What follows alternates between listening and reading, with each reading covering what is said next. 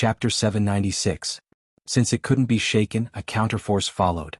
Compared to a physical shock wave, a psychological shock wave would explode much earlier. Extraordinary. In Gongqi's eyes, the greenish-gray color that seemed to be sealed in ice cracked. At this moment, the colors and luminosity in front of his eyes rapidly changed. The hole in the rock formation that had just been pierced through was originally colored by the flames and dark clouds. Now, a pure and dazzling light gathered, like the muzzle of a giant spaceship that was accumulating energy and waiting to fire. Dazzling light waves also leaped out from the depths of the distorted cracks.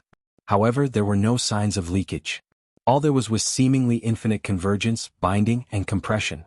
The top of the cloud pillar that was about to smash into the rock formation directly collapsed.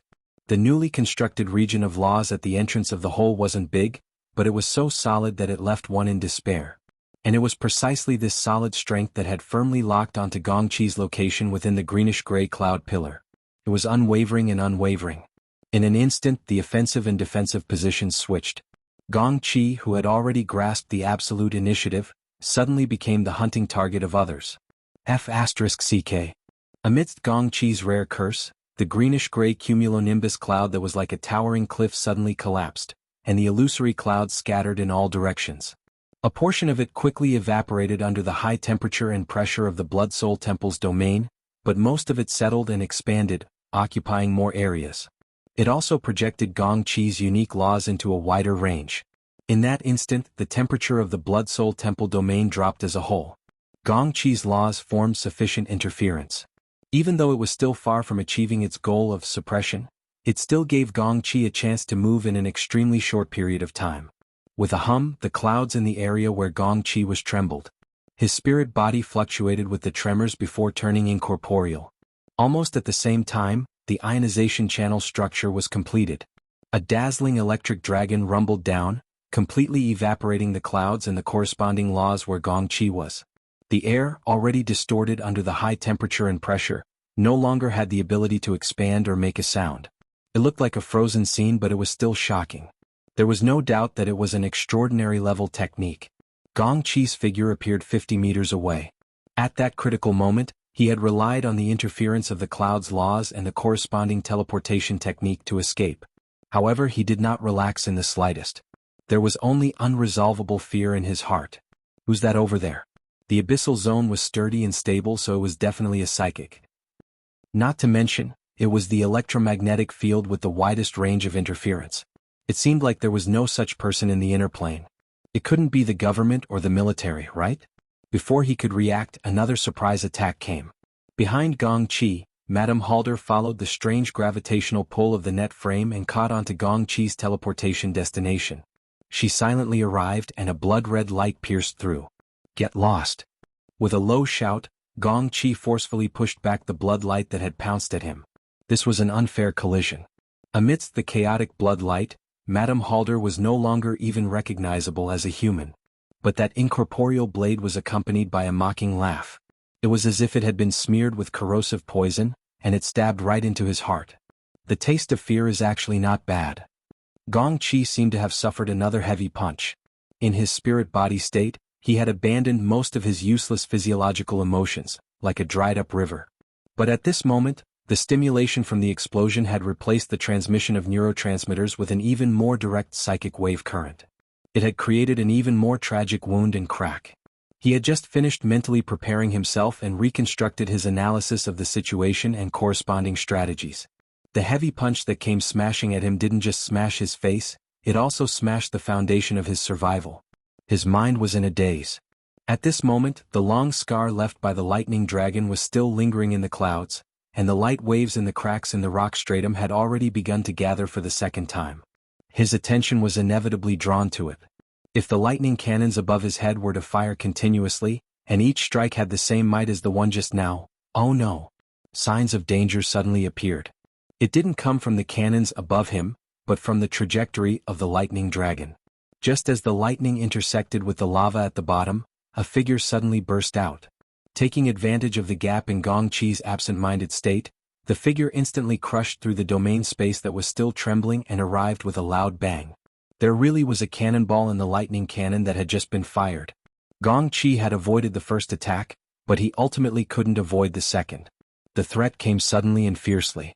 The tyrannical rule interference distorted and destroyed Gong Qi's mental sensing network. He could capture the other party's momentum, but he couldn't further analyze it. He instinctively wanted to teleport far away again, but the surrounding turbulent rule environment didn't give him the chance. Helplessly, the green-gray light around his body flickered and extinguished. He gathered the clouds and forcefully constructed the rule to form a sturdy barrier. However, the barrier had just formed when it was forcefully blasted apart. An arm wrapped in metal armor, similarly wrapped in dazzling lightning, blasted toward him. Physical side. His initial judgment was instantly overturned. They were both electromagnetic directions, but how could the mental side and physical side be the same? Especially in his haste, the other party had actually closed in on him. The tyrannical qi and blood in his body rushed back to the abyss area, forming the most troublesome interference field. If his foundation in the abyss area was still intact, he could still forcefully pull it up to a higher level and move toward the polar domain to obtain space to move around. But now that his foundation was destroyed, he would be a beat slower even if he were to improvise during normal times. How could he engage in close combat? Gong Qi's heart palpitated. Almost at the same time, the lightning fist struck his face. The structure of his spirit body collapsed with a hum, and then it entangled with the green-gray essence energy around him. It was as if a gale had swept through the clouds and dispersed in all directions. This was thanks to Gong Qi's out-of-body state, which allowed him to disperse so easily and avoid the frontal attack. But the person who punched didn't make a sound. He slightly retracted his fist, and his body wrapped in exoskeleton armor spun along with the momentum of the fist. It was precisely this spin that instantly transformed the violent impact into a fist stance that was ready to be launched. It could be withdrawn at will, and its rotation was in no way weaker than Gong Qi's in his spirit body state. In particular, the electric current that leaped around his body supported a strong electromagnetic field on the physical plane, and achieved a storm-like disturbance on the mental plane. This kind of switch between offense and defense, as well as powerful control of the field, reflected the stance of a top-notch expert. It was also because of this that Gong Qi couldn't help but expend a bit more effort to reassemble his spirit body. Instead, a certain name naturally flickered in his mind, and then it was shot out. Jin Tong. In Gong Qi's memory, there was only one extraordinaire who could control electromagnetic power by his side. Once he was alarmed, that familiar aura imprint was also peeled off from the outer shell of the exoskeleton armor and the strange skin membrane. It was reflected in his mind, and there was no doubt about it.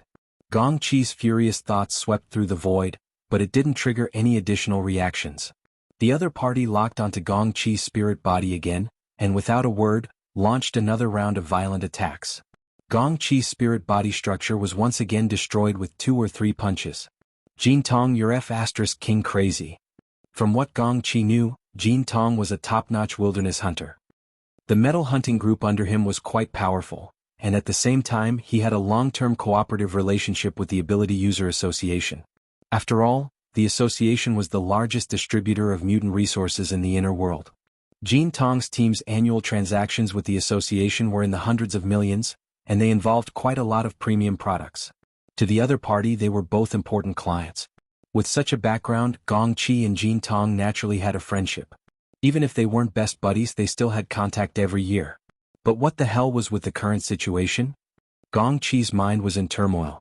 Countless thoughts rose and fell, combining into thousands of conspiracy possibilities. Like the shadows of trees swaying in the dark night, they unfolded in his heart. He knew that his condition was terrible, but he couldn't calm down for a moment. In just a few flashes of thought, his spirit body structure was once again destroyed. This time it wasn't because he was actively disintegrating the force, but because it had really been smashed apart by the heavy punch. Gong Qi was really injured. Even though his spirit body was immune to attacks on the material plane, and he had a partial advantage over the fleshly body, this was still unable to completely dissolve Jin Tong's tyrannical blood energy. At the same time, his mental defenses, which had been damaged and then reconstructed, collapsed yet another corner. Countless invisible cracks spread out. This couldn't continue. This absolutely couldn't continue.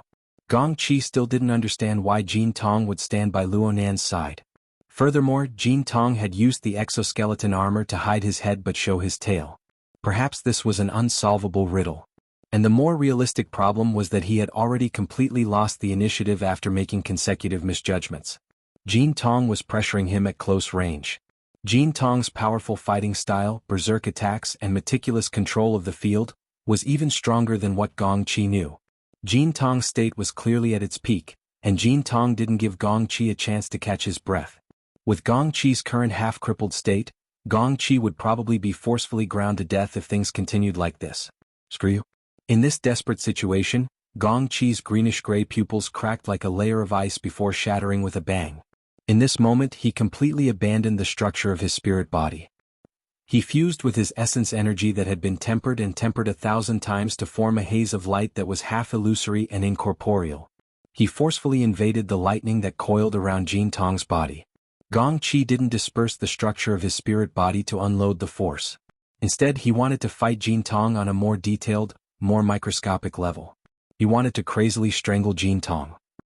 And the consumption that came from this would increase by several times, dozens of times. It was even possible that the core of Jin Tong's spirit body would be damaged. There would be no end to future troubles. His life was gone. Who cared about future troubles? Mrs. Halder controlled her bloody light to stop on the outskirts. She originally wanted to quietly cut in and seize some of the spoils of battle. But the situation entered the most intense level in the first instant. The blazing white lightning and the greenish-gray essence energy permeated and counter-permeated. They resisted and countered, stirring up a dark ring of fire. It noiselessly tore apart the domain of the Blood Soul Temple, isolating a deadly environment. Anyone who tried to force their way in would become the venting point for the clashing forces of two extraordinaries. They would suffer double the damage. She didn't have any chance to intervene. She could only drag her ruined body, quietly sense and wait. One of her eyes had already been blasted apart under the continuous clashes. The crystal had evaporated, but her mind's eye was clear and penetrating. Luo Nan's framework served as a probing needle, and it pierced straight into the depths of the enemy's heart. Gong Qi was truly going all out. He displayed an unprecedented decisiveness. The greenish-gray essence energy was like leaping icy flames within the area where he and Jin Tong fought. It possessed a water-like penetrative power, but it also contained a violent destructive power. The lightning that Jin Tong controlled had already interweaved into a net, but now this net began to warp violently.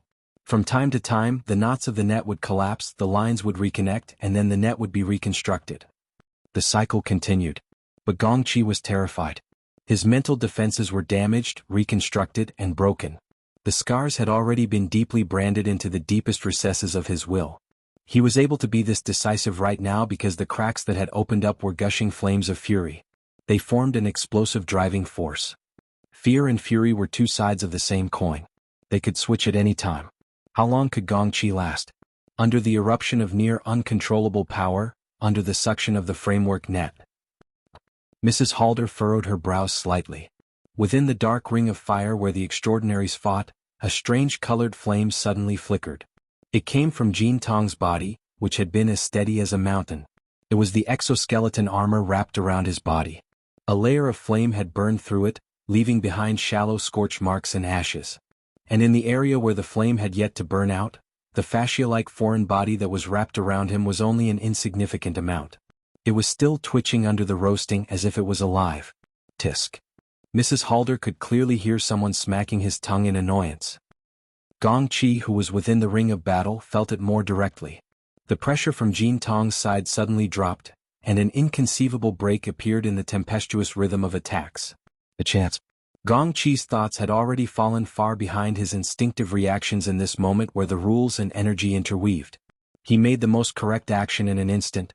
The greenish-gray essence energy instantly converged.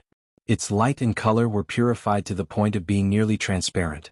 At the same time, it was tempered to a sharpness that exceeded the limits of its limits. It also possessed a dark damage that could corrode the soul. Under the guidance of the energy, it seized the break point that shouldn't have appeared and pierced straight in.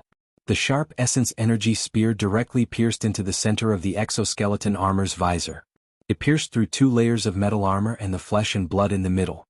It went forward and out, completely penetrating through. It hit? At this moment, Gong Qi was somewhat at a loss. It wasn't easy for his lagging thoughts to catch up, but an irrelevant thought appeared in his mind. He remembered that Jin Tong was too casual when it came to controlling electromagnetic energy. He also had the special ability to transform his body into metal. The two complemented each other and were enough to support a complete system of rules. Therefore he didn't really like it or was very good at cooperating with exoskeleton armor.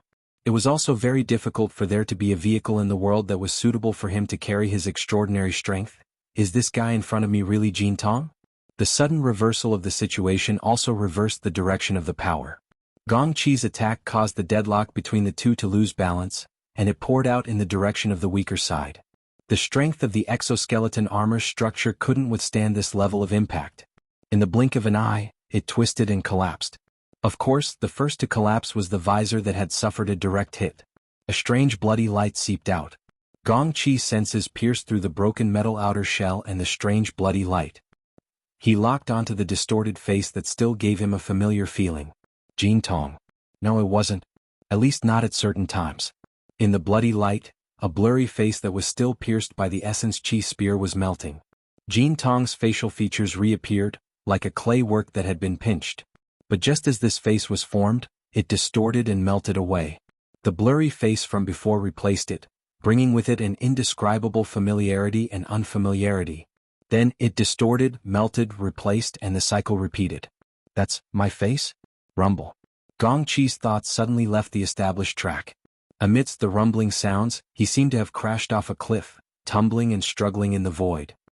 It was precisely because of this that he didn't notice that Lady Halder, who had been waiting outside for a long time, had once again controlled the bloody light and silently charged forward. Gong Qi fell into a state of uncontrollable thinking. There were many things he understood, but there were still many things he didn't understand.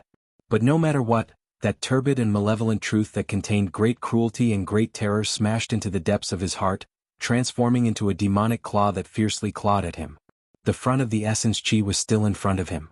That incomparably familiar face was trembling and stirring. Even if it was a living person, even if it was a transcendent, 99% of them would still die. Lady Halder's aura was rapidly weakening, but Gong Qi was also rapidly weakening. This was a weakening of the spiritual plane, to the point of collapse. The barrier of will shattered with a rumble. His emotions were like an erupting volcano, exploding with destructive flames and emitting a sharp howl in the chaotic spiritual world. Lady Halder closed in, and the bloody light pierced into the depths of the azure-gray essence Qi that had just gathered. But in the next moment, the azure-gray light exploded outwards. Freezing and exploding, two completely different types of killing power simultaneously struck Lady Halder's body. The bloody light condensed and then exploded. Lady Halder's already badly damaged body seemed to have been stripped of all flesh and blood. All that was left was a twisted skeleton that was still burning fiercely. But it was this twisted burning skeleton that firmly absorbed the azure-gray essence Qi in front of it. It was as if it had been smeared with superglue, or perhaps it had been thoroughly magnetized. Deputy Secretary General Gong, you don't have a chance anymore. The repeated declaration was like a poisoned blade that pierced through him a second time. Gong Qi roared. He wanted to tear apart Lady Halder, who was twisting around him. At the same time, he wanted to tear apart the rapidly weakening, but still tenaciously existing nightmarish face. But he was also weakening. At the core of his spiritual body, a shadow of nothingness was rapidly spreading out. It was like a plant that devoured flesh and blood. After growing stronger in secret, it would reveal its malevolent face and openly inject poison into his blood, carrying out a terrifying transformation. Behind the fury was fear. After two violent struggles, Gong Qi was still unable to break free from Lady Halder, nor was he able to resist the swallowing of the shadow at the bottom of his heart. Then, his emotions would naturally overturn, and a cold wind of fear would blow into the cracks in his collapsed heart. It was quite ironic that his thoughts returned at this moment. Gong Qi completely understood. His opponent's main direction of attack had never been the suppression of the Blood Soul Temple's domain. It wasn't Lady Halder. It wasn't the extraordinary that had driven him mad. His opponent had been corroding his mind from beginning to end, injecting a fatal poison into the depths of his heart. This was similar to the methods of the Darksider species. It was the ultimate move that the apex masters of the mind were proficient in. Luonan was a master of the mind. Gong Qi suddenly stirred. This was the first time he had given the youth a clear position. Seeing his opponent clearly was tantamount to seeing himself clearly. In his daze, he seemed to have grasped a thread of hope. Although Luonan held the upper hand, he had used all his trump cards. He had no backup plans. This place wasn't far from Spring City. Right now, two great combat powers were tangling with him. The Blood Soul Temple's domain had ruptured open during the battle. It was hard to isolate the inside from the outside. Even if he couldn't teleport away, he just needed to slow down and drag out the deadlock. The aura of an extraordinary would most likely be able to attract the attention of others. The ground shook. It was as if a drum was heavily pounding on his chest. The lava cavern was shaking. The source of the shaking came from the turbulence of the structure of the void. Gray mist was seeping in from a certain part of the broken domain of the Blood Soul Temple. The crack that the Blood Soul ants had pierced through and fixed in place. It was clearly only wisps, but the moment it seeped in, the high temperature and pressure of the infernal inferno was smeared with a layer of indescribable gray matter. The luminosity of the entire lava cavern suddenly dimmed. Gong Qi's mind trembled. This was because he was certain that these wisps of gray mist came from the mist maze he had just escaped from not too long ago. This wasn't mist. It was a domain fragment. It was a space-time structural element that was refined to the extreme. The change in luminosity of the lava cavern only proved one thing. These refined space-time components were rapidly infiltrating and fusing with the domain of the Blood Soul Temple. There were practically no conflicts at all in this grand and complex project that made one's scalp go numb. Even if there were, they would be adjusted at an inconceivable speed. This series of processes looked like scribbles that were casually drawn, but the final result was clearly the most exquisite of meticulous paintings. In terms of the construction of space-time, this was a gap that made one despair. And what was even more despairing was that the gap in the domain that had just been exposed had already been completely mended in the time of a few breaths. Its tenacity was even greater than before. Could it be that he had to be called a space-time master in addition to a spiritual master? Gong Qi's spiritual senses wandered around blankly. In the depths of his mind, a shadow that was like a moldy and rotten lump continued to expand. Perhaps it was because he had assimilated to a certain level, but for the first time he clearly captured that invisible towering frame net. His mind probed and was immediately enveloped by a blazing light. The sun, the seemingly familiar sun of the abyss. In the dark and boundless deep sky, the sun sat in the center. Spider webs weaved densely and bloody light flowed. That was the frequent exchange and transformation of vitality and origin energy. A considerable portion of it came from his body. At this moment, Gong Qi was clearly a mosquito that had been tied up into a cocoon. Countless spider webs entangled him and countless nodes were digested. There was no chance or hope for him. Ha ha ha. Gong Qi suddenly let out another roar. The scene of the spiritual world collapsed amidst the roar and he returned to the plane of reality. Before his eyes was a dark red space. It was the embryonic form of some domain. The local spacetime, the domain of the Blood Soul Temple, and the domain fragment of the Misty Labyrinth. If these three structures completely converged and fused together, this would be the extraordinary domain.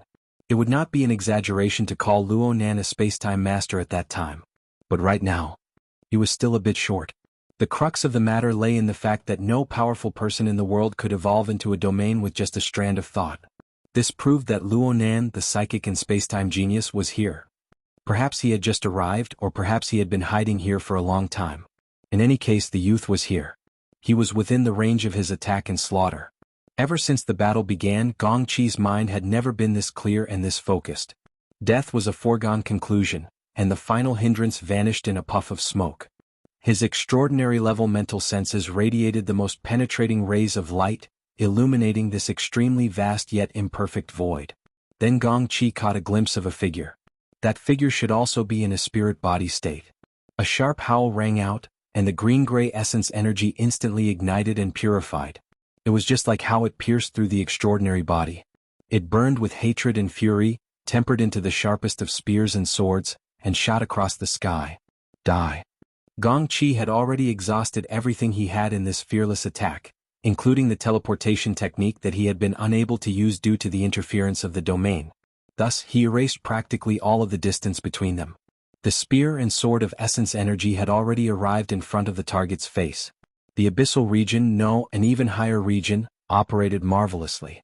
The spirit body figure that originally existed in the world suddenly rose to a higher level, taking a step upwards. This step was from the real to the virtual. This step was beyond the reach of his strength. Gong Qi burst forth with another howl, and at this moment, he suddenly saw a pair of unfamiliar and cold eyes. The eyes were extremely close, yet they were very far away. It was loathsome. Gong Qi instinctively wanted to destroy these eyes, but in this instant, it was as if he had fallen into a long winding river. He went against the waves and struggled forward, but he was swept even further away by the torrent of water. The ice-cold waves washed over him, taking away his energy and vitality, taking away his life force and spiritual light, taking away his emotions and thoughts, taking away everything that should be a life. All that was left was old, decaying, and other worthless things.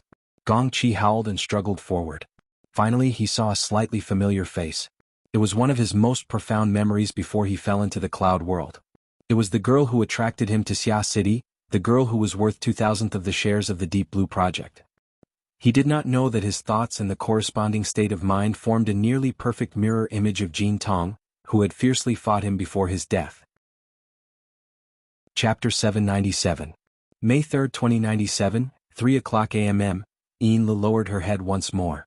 She looked at the exquisite lady's wristwatch on her wrist and confirmed the time. The living area on the lower deck was perfectly soundproof. It was quiet and still.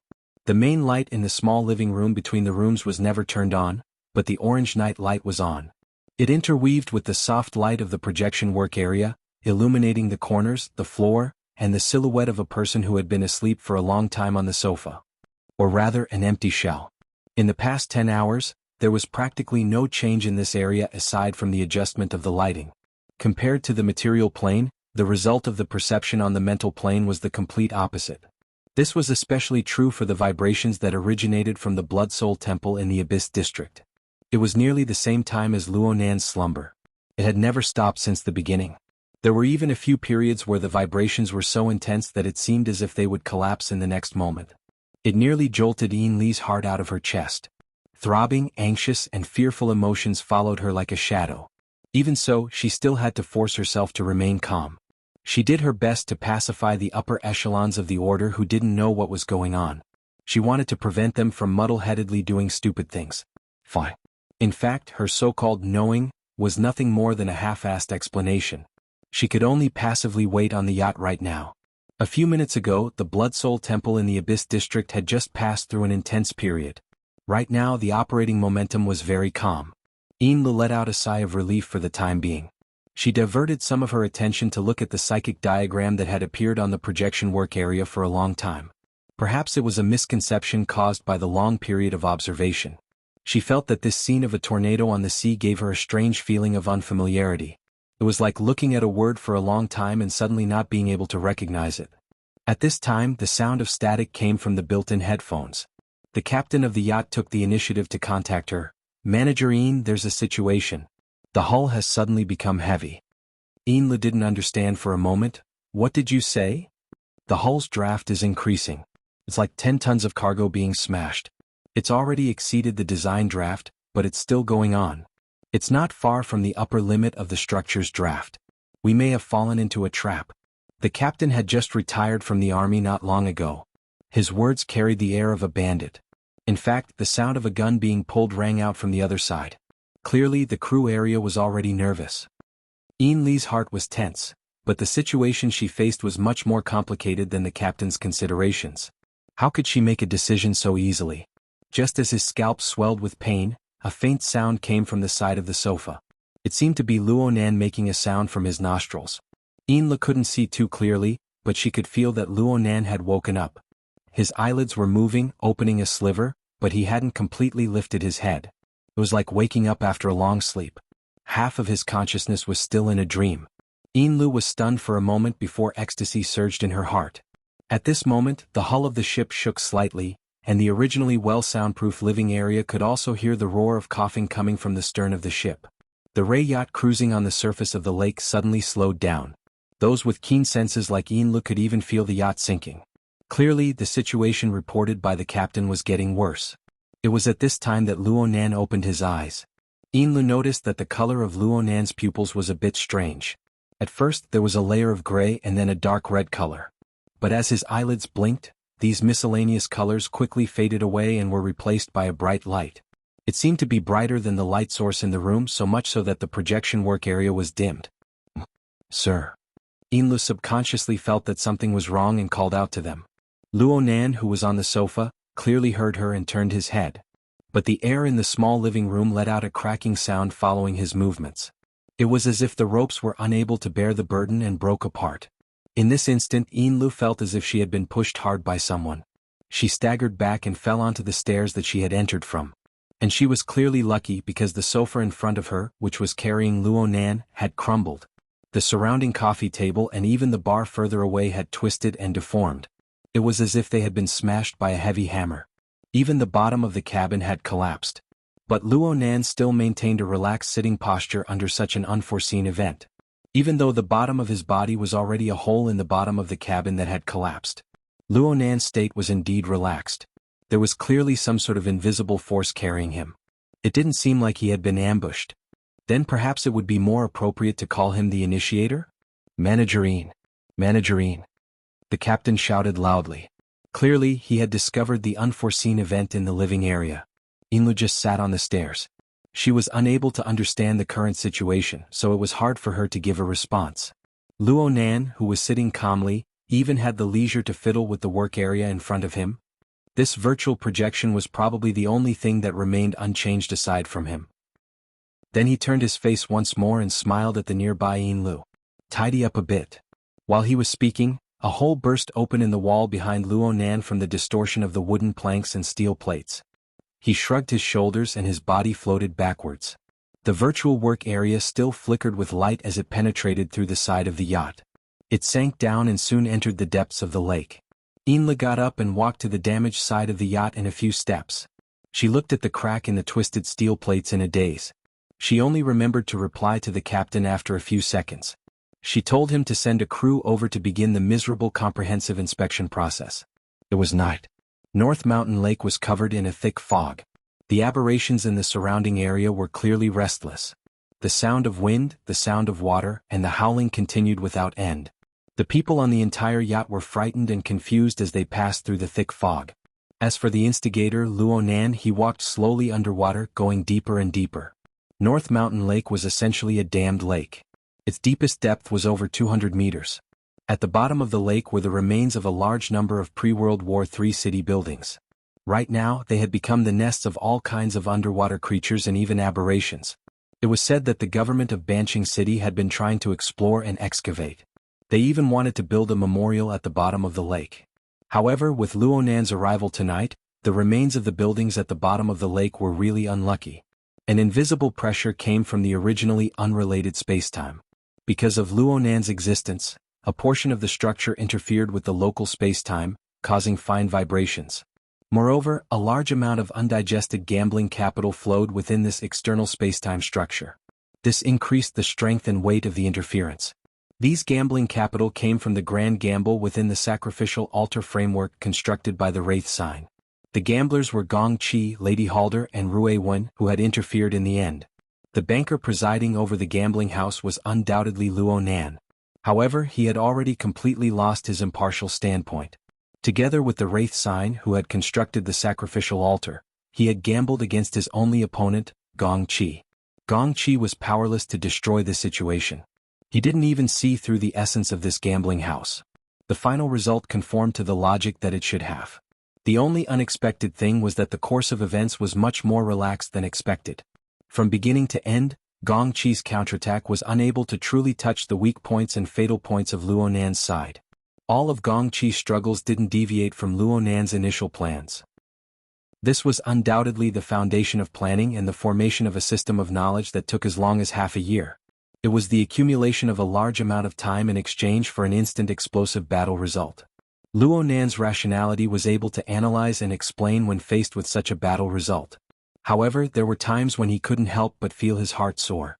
So it turns out that I can do this much. I can do this well. So it turns out that the power I can mobilize is this powerful. Luonan stopped at a certain high point in the gloomy depths of the water. This place should have been some high-grade office building from before the Third World War. Perhaps it was a landmark building from back in the day. The quality of the building was exceptionally good. It had withstood the flood peaks and mudslides of several decades ago. It had also withstood the water pressure of the past few years, as well as the torment of the mutants. Luonan stood at the edge of the roof. He spread his arms and took deep breaths. He was controlling his emotions, but he was also enjoying this moment of achievement. The bottom of the lake didn't give him a normal living environment, but the interference of the alternate spacetime structure was Luonan's strongest safeguard. Gong Qi had lost everything there. His extraordinary level soul structure and vast energy had been reduced to Lady Halder's next level of resources. And it was far beyond that. Ruiwen had cut off Gongqi's life force. It was reasonable to say that she should have obtained a large portion, but she seemed to have reached a bottleneck. She didn't take too much. In addition, the Wraith sign guided and diverted a portion to be used as operating costs and future reserves for the Cobweb Altar. The 3 Blood Soul temples shared some of the benefits. The built-in puppets and related believers all shared some of the benefits. But even like this, it wasn't completely divided. The rest was stored with Luonan, allowing his soul strength to explosively increase once more. Before this, every time Luonan's soul strength exploded with explosive growth, it was accompanied by a near-fatal risk of imbalance between his body and soul. But this time the risk didn't come as expected. This was because a firm and highly efficient water conservancy project had appeared between his body and soul, which was still severely imbalanced. Perhaps it could be called Luonan's domain. The destructive expansion of his soul strength as well as the large amount of undigested gambling capital, together with the unceasing mobilization and assembly of the configuration fragments, seeped into the precise spacetime structure bit by bit, undergoing an even deeper transformation. From the peak of a flood that splashed the sky, it transformed into an unending stream of electricity. Everything was clearly natural and smooth. Luonan understood that the most crucial factor within this was the configuration theory that he gradually grasped in depth. This knowledge system, which clearly surpassed the current level of Earth, rapidly solidified the foundation of his existence in this world. This was a good beginning, but it was merely a beginning. The psychic diagram continued to flash in the virtual work area in front of him. Luonan's gaze fell upon the sea tornado that originally belonged to Gongqi. Following his attentive gaze, the fine lines and shadow structure continued to transform. During this process, Luonan's previously fluttering state of mind continued to settle as the details of the outline changed. Luonan gradually returned to tranquility. It was time to enter the arena. He had transformed from a pseudo-transcendent compositor into a true participant. This was because he possessed the ability to stand on equal footing with the other sea tornadoes right now. Chapter 798. Early in the morning, light shone through the shadows of the wood and stones in the garden. The warm light from the stone lamps in the houses automatically extinguished, allowing the light of nature to decorate the place. For a moment the garden seemed to be filled with a thin layer of mist, cold and quiet. However, it was already late spring, less than 2 days before the beginning of summer. In many people's hearts, Ban City had already become hot. Yukawa Isuk knelt on the platform of the veranda and said nothing. He watched as the bamboo tube filled to the brim sent the clear stream into the shallow pond. Then it snapped back to normal, startling the birds that had woken up early and causing them to flutter away. It was supposed to be a classic Zen skit, but his mind was like the birds that flew away, unable to calm down for a long time. Next to him, the head of intelligence, Takemoto Shigeru, was reporting in a low voice. Up until now, the Jade Light's voyage plan has not changed, but many of the people who made reservations and were invited have not been confirmed. Some people even canceled the trip because they were not feeling well. Yukawa Isuk waved his hand. Those who boarded the ship from Ban City are just supporters. Even 100 of Ban City's richest people can't compare to the president of the Ability User Association. President Abner returned to Chan City and confirmed that he would not participate in the auction. They can't even find a target to applaud. Takemoto Shigeru's voice was low. Regarding this matter, we can basically confirm that something has happened in Chan City. They have sealed off the news, but from multiple sources about 20 hours ago, there was a strong energy reaction near Volcano Island. It is suspected that there was a conflict between extraordinaries, including death. Death? Takemoto Shigeru was shocked. Yukawa Isuk sat up straight, showing his cautious attitude towards the current situation. Just 2 minutes ago he received the latest news from the Jade Society. On Volcano Island, Deputy Secretary Gongqi, who had been in isolation for a long time, had his body destroyed. This news was beyond the scope of information that Takemoto Shigeru usually received and processed. For a moment he didn't know how to react. He vaguely guessed that Yukawa Isuk was also shocked by the news, which was why he took the initiative to tell him about it. Because of this, Takemoto Shigeru automatically shut up and didn't make any comments, pretending that he was mute. Sometimes rumors can become the truth. I've always been skeptical about the legend of Gongqi discovering a new plane, but now I can almost confirm that it's true. Moreover, the situation is more complicated than expected. Now there's a guess. Gong Chi wasn't the only one who discovered the new plane.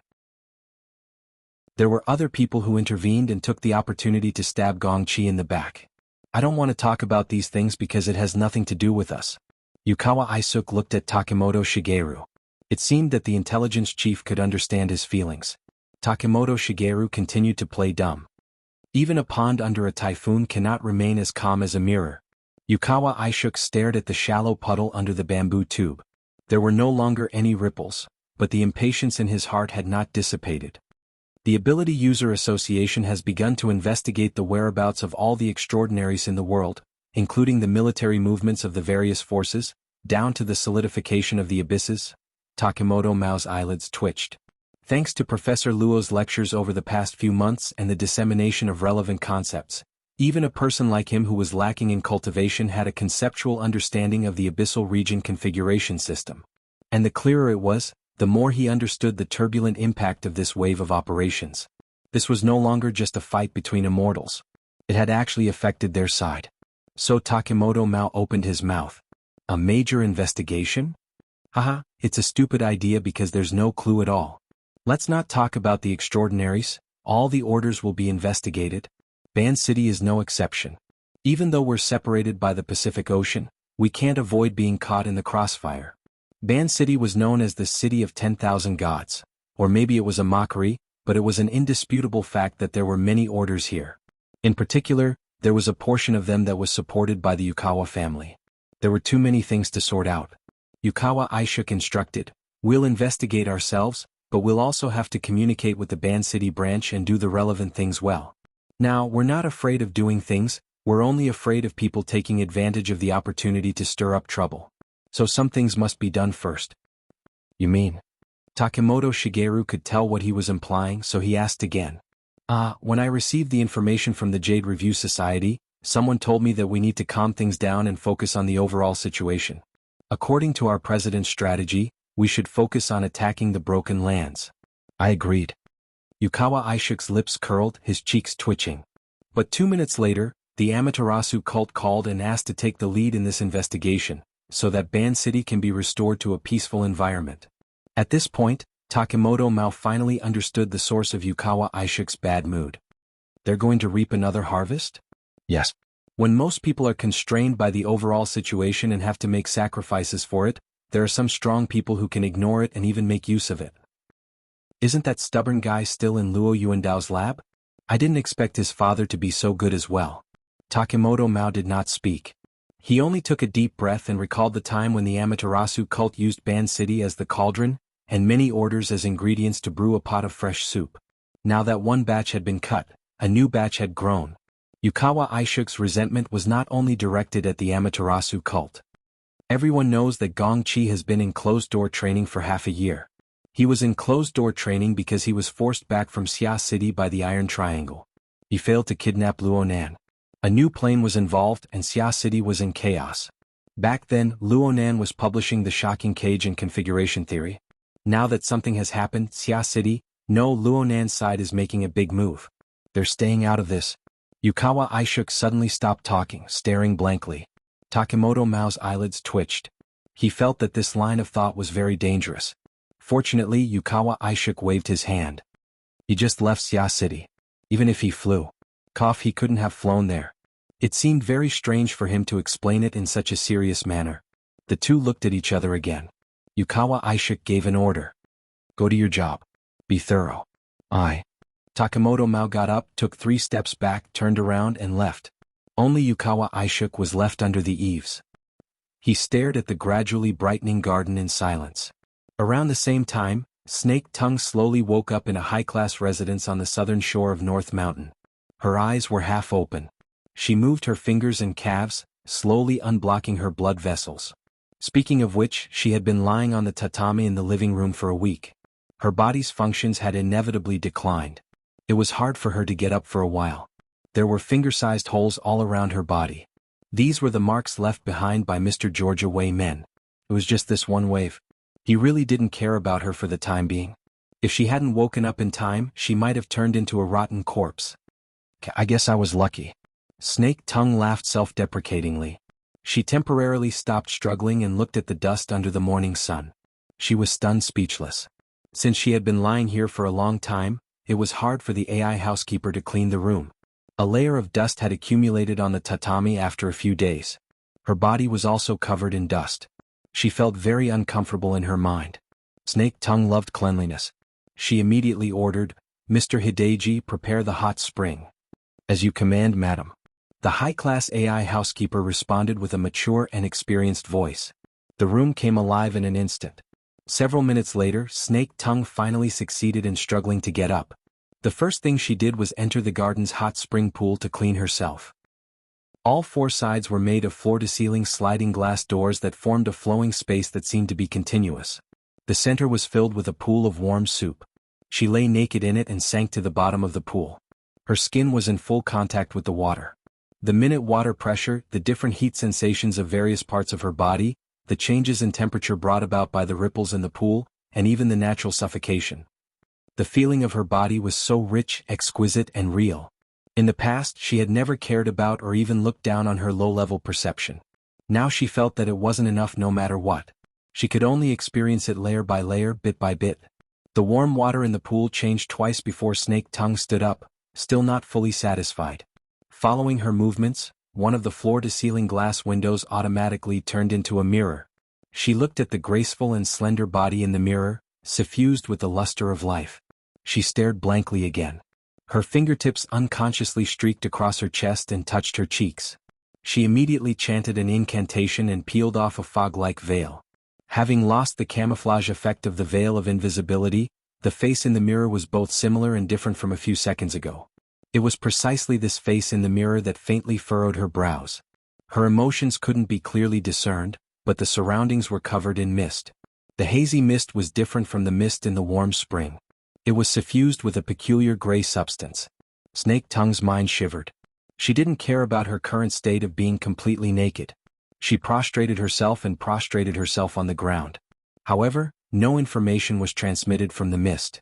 There was only an insignificant weight that fell on her back. She almost thought it was an illusion.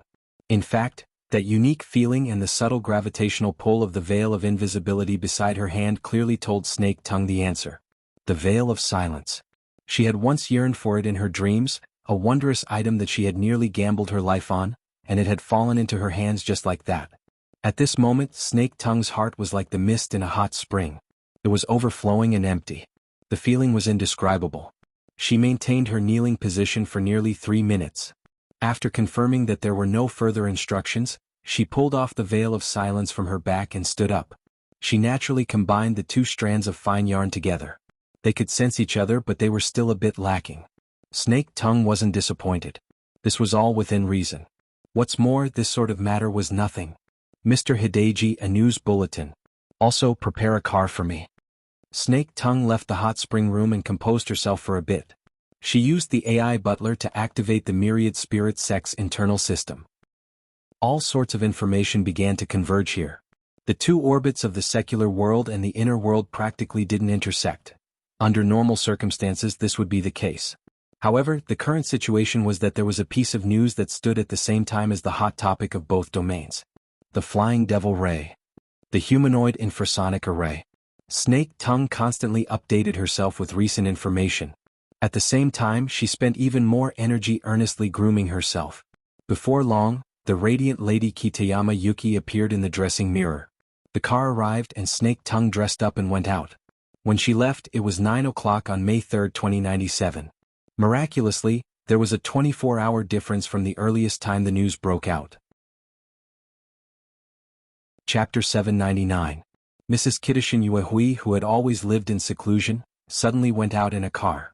This became a moderate amount of news in this residential area. The housewives cast their gazes from the gardens, streets, bedrooms, and other positions and angles. They gathered all sorts of details and prepared them for today's conversation. Those gazes and vulgar thoughts certainly couldn't be hidden from Snake Tongue. In the past, she simply couldn't be bothered to waste her thoughts on such matters. But today, she looked through the car window and swept her gaze over this residential area with great interest. She looked at the gardens on both sides of the road, as well as the faintly familiar faces inside and outside the gardens. Compared to the boundless and repetitive clouds, so what if it was vulgar? Those pale faces smeared with foundation and lipstick also glowed with a gorgeous color. The hired professional driver drove silently. The relevant route had already been properly arranged. After leaving the residential area, they entered the main road around the lake on the southern shore of Beishan Lake. The foundation of this high-standard magnetic track was extremely high. When it was first constructed, it served as a second breakwater. As the car drove on it, they could clearly see the boundless blue waves of Beishan Lake. As for the strong and sturdy camphor tree on the lakeside, it was nearly 30 meters tall. It firmly pressed down on the main road around the lake. Even from here they still had to look up. Looking at the extended branches of the tree crown, it was truly like the arm of a giant spirit stretched horizontally between Beishan Lake and Ban City. It caused people to involuntarily feel reverence. It was precisely because of this majestic appearance and the miraculous stories that had been passed down for several decades that Mr. Jorajiman still had no lack of incense offerings, even during the day or on a working day. Snake Tongue could feel a certain spirituality that was becoming increasingly perfect through the incense and faith. It revolved and flowed, combing the dual environment of matter and spirit, nourishing and strengthening it little by little. Her gaze was cold and clear and her thoughts were cold. At the same time there was also a thought that swept past the car. The two sides touched and then separated. It could be considered a greeting, but the mood was cold. Snake Tongue didn't reprimand Jorajiman, and the latter didn't have any intention of apologizing. The friendship between the two was roughly like this. Half a year was enough for them to be completely consumed, so it wasn't strange. As for the future direction of the jointly established Myriad Spirit Order, or even the future of the two, whether it was Snake Tongue or the Jordan Gate, they didn't have the authority to take the lead. This was because there was a certain lord on the surface of North Mountain Lake. Snake Tongue and Zojia Wyman both consciously and unconsciously followed the will of that person. Snake Tongue was the conscious one. As for Mr. Zojia Wyman, it would depend on how he would react later. The car quickly turned off Lake Circle Drive. Snake Tongue had already prepared a boat here. She was prepared to go to the lake to pay her respects to that person. But before she could set off, she saw a fishing boat on the lake. On the boat was a familiar young woman who was smiling at her from afar. Soon the two sides met at the pier. Snake Tongue had already thought about it. She had indeed seen this woman before her. A week ago Luonan had summoned her soul and summoned her soul. Her soul and body were one for a short period of time, and she would occasionally see this face. It was just that it was hidden in a dreamy and illusory mist. It was hard to tell if it was real or fake. Right now there was no need to bother distinguishing. It was certainly someone close to Luonan without a doubt. Even though Snake Tongue was able to determine that this person's cultivation was a level lower than hers, she still bowed respectfully in greeting. Sinner Snake Tongue greets the High Envoy. Ainli's eyes stirred slightly. Snake Tongue wore a traditional kimono. She came in splendid attire. Her words and actions were humble and ancient. She simply adopted the posture of paying respect to a god. Naturally, she elevated Luonan to an extremely lofty position. Then, could she, a temporary secretary, truly be able to steadily occupy a position as lofty as that of a god? Ainli's thoughts turned to one side and she smiled. She avoided Snake Tongue's greeting and bowed slightly at the same time. I don't dare. My humble name is Ainlu. I am the Vice Ablatum of the Blood Flame Order. I follow the orders of the First Ablatum to serve by Mr.'s side. I don't deserve the title of High Envoy. The Blood Flame Order? The one from Xia City? Snake Tongue didn't participate in the final battle to kill Gong Chi, so she had no way of knowing of the close relationship between Luonan and the Blood Flame Order. It was hard not to be surprised when she heard this. But this was not the time for her to ask clearly. She could only suppress the suspicions in her mind and maintain a respectful and submissive posture. She hoped that Ainlu would pass on the message and allow her to meet her lord. The response from the other side was rather odd. Ms. North Mountain, according to Mr. You're a fan of the Mountain Stream Band? Snake Tongue raised her head in shock and saw Ainli's deep smile. Her mind immediately flashed and she responded a second later, what the Lord says is naturally correct. An intelligent person's intelligent reply. In this way Ainlu saved quite a bit of talking. She faintly sensed that Snake Tongue's existence would create a certain amount of competition for her. But from a rational perspective, she clearly understood that there was no meaning in this so-called jealousy. Her duty was to ensure that the information was accurately transmitted down the chain of command. It just so happens that Mountain Stream is currently rehearsing. Ms. North Mountain can go take a look. You're an actor and they're singers. The difference in their fields is quite large. But no matter how you look at it, you're still an artist. You're their senior. You can interact with them at a close distance. Oh, I just so happen to have something to do in the city. Can I hitch a ride? Of course. Snake Tongue invited Lu into the car. There was a bit of modesty between the two. In the end, Lu chose the seat behind the driver, leaving the front passenger seat for Snake Tongue. The car drove to the center of Sakura City. On the way, Lu gave Snake Tongue information on the mountain stream band, especially information on the relationship between Moya and Luonan. She also gave a general explanation of the current situation. Actually, Lu herself didn't quite understand why Snake Tongue was involved. She didn't even understand the process of Luonan awakening and subduing this former enemy of hers. On the other side, Snake Tongue felt deep disbelief towards the background of Luonan being threatened. The Xuanhuan family actually did such a thing to threaten a deity that had slain extraordinaries. Was it because their lord was too low-key? Both sides had unresolved suspicions, but they were intimidated by Luonan's existence, so it wasn't easy for them to communicate in depth. The two vaguely came to a realization. They were two pieces of a puzzle in Luonan's hands. They were placed in different areas according to the will of that person. As for the complete picture, it probably only existed in Luonan's heart. Or perhaps it would only appear in its entirety at the final stage. Regardless of whether it was Snake Tongue or Lu, they were both people who were good at communicating. After opening the door to the driver's seat, there was no need to worry about the driver. They soon found many new topics to talk about. For example, the Jordan Gate and the Myriad Spirit Order, the relationship between the Blood Flame Order and Luonan, and so on. Although it wasn't to the extent of revealing everything, it could help each other understand and communicate more. In the end, they talked about Luonan's current activities. Lu was actually a bit distressed. The Ray needs to be docked for a complete overhaul. It will take at least a week. Mr. will need to find another ride for his daily needs. But it's not easy to find a yacht of the same specifications in a short period of time without leaving any traces. Luonan didn't care about his living conditions, but a secretary like Lu had to be perfect no matter what. Snake Tongue couldn't comment too much on this sort of matter. She only acted in the proper manner and said, if Milord doesn't mind this sinner's humble dwelling, it would be good for her to temporarily move in. Lu didn't think that Luonan would go live in a residential area with many eyes and ears. She just responded politely, I will mention it to Mr. Well, if Luonan hadn't found a suitable replacement yacht by the time he returned. Speaking of which, didn't he spend too much time at the bottom of the lake? Mobile version, M. Chapter 800. May 5th, around 8 p.m., the night sky of Banqing was like the skirt of a goddess.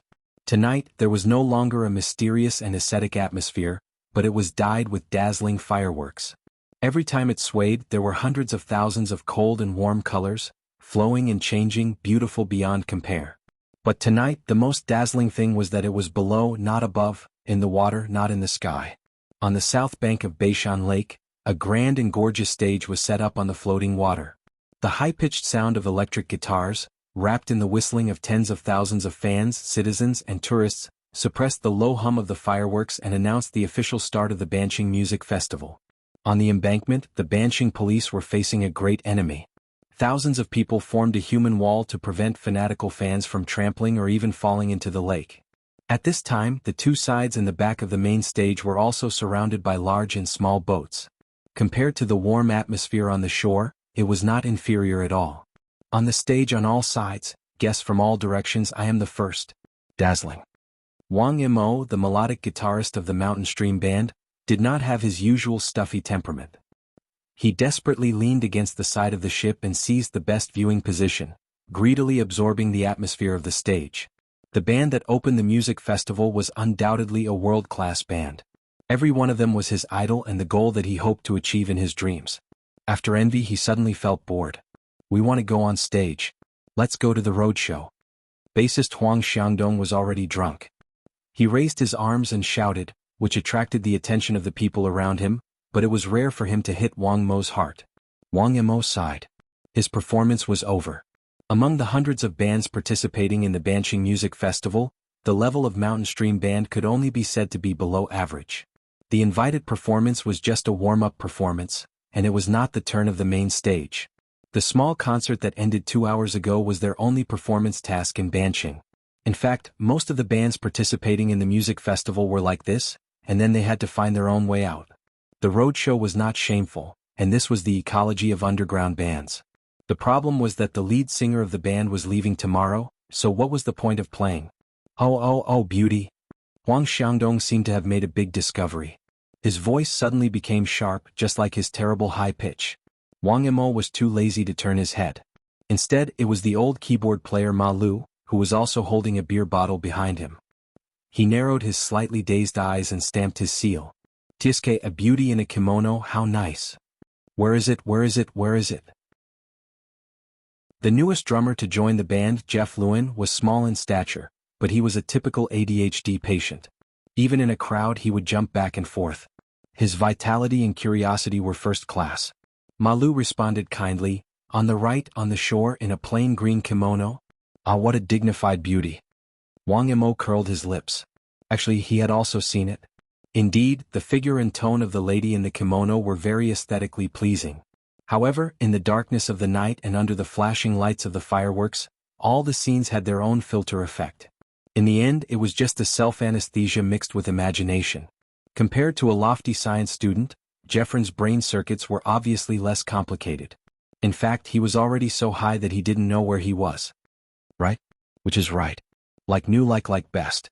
Huang Xiangdong shouted in his ear, ride. Jeffrin instantly understood. He jumped to the shore and looked.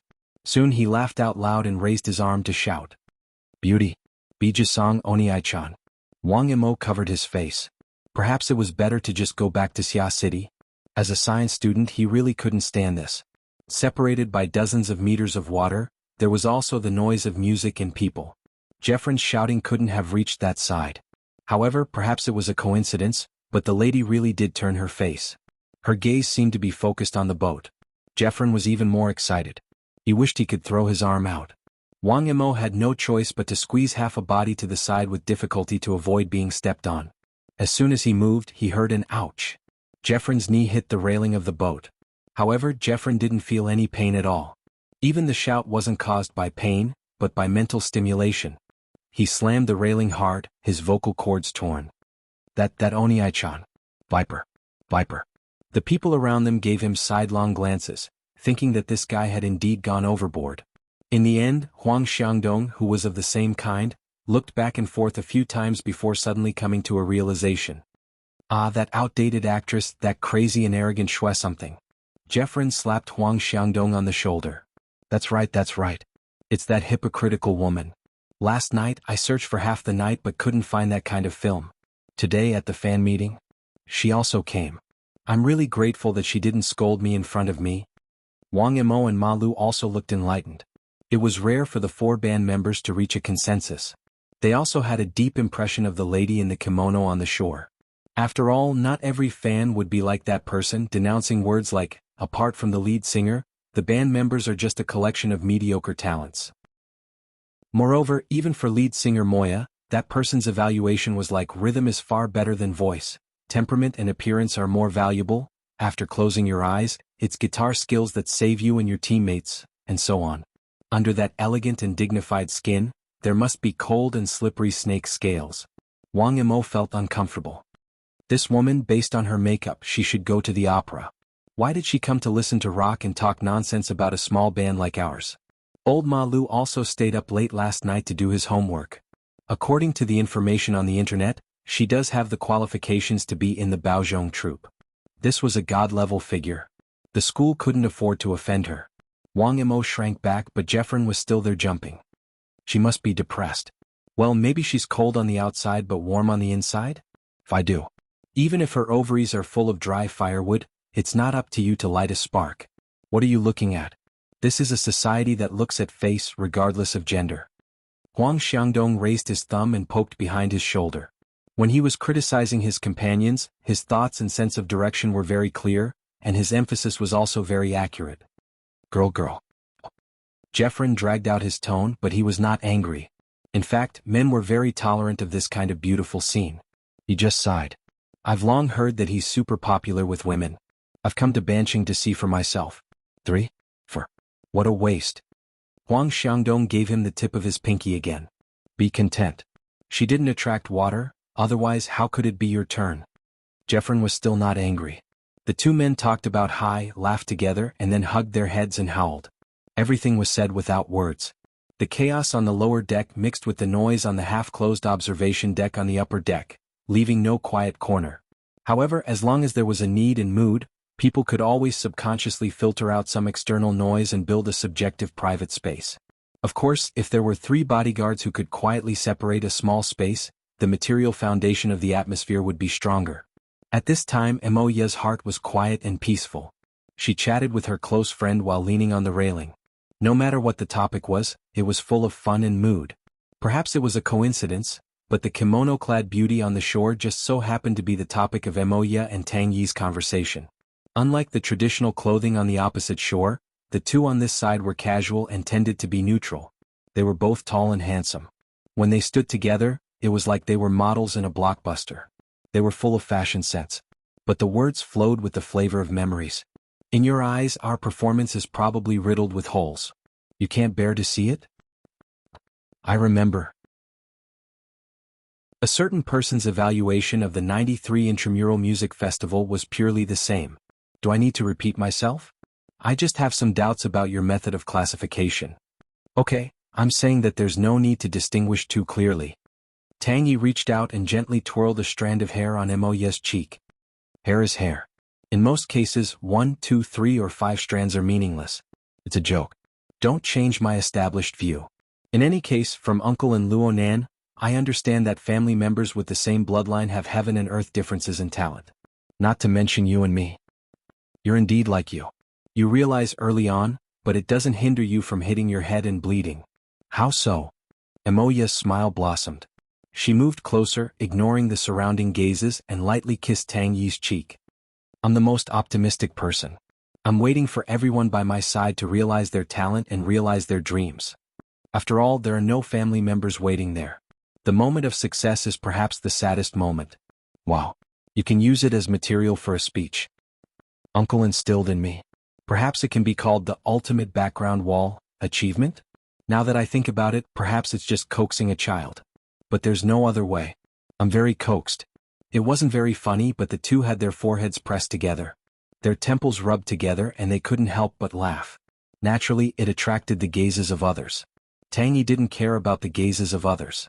But when she connected Emoya's uncle with the more direct information of his identity, her mind drifted for a moment. Luo Zhongheng.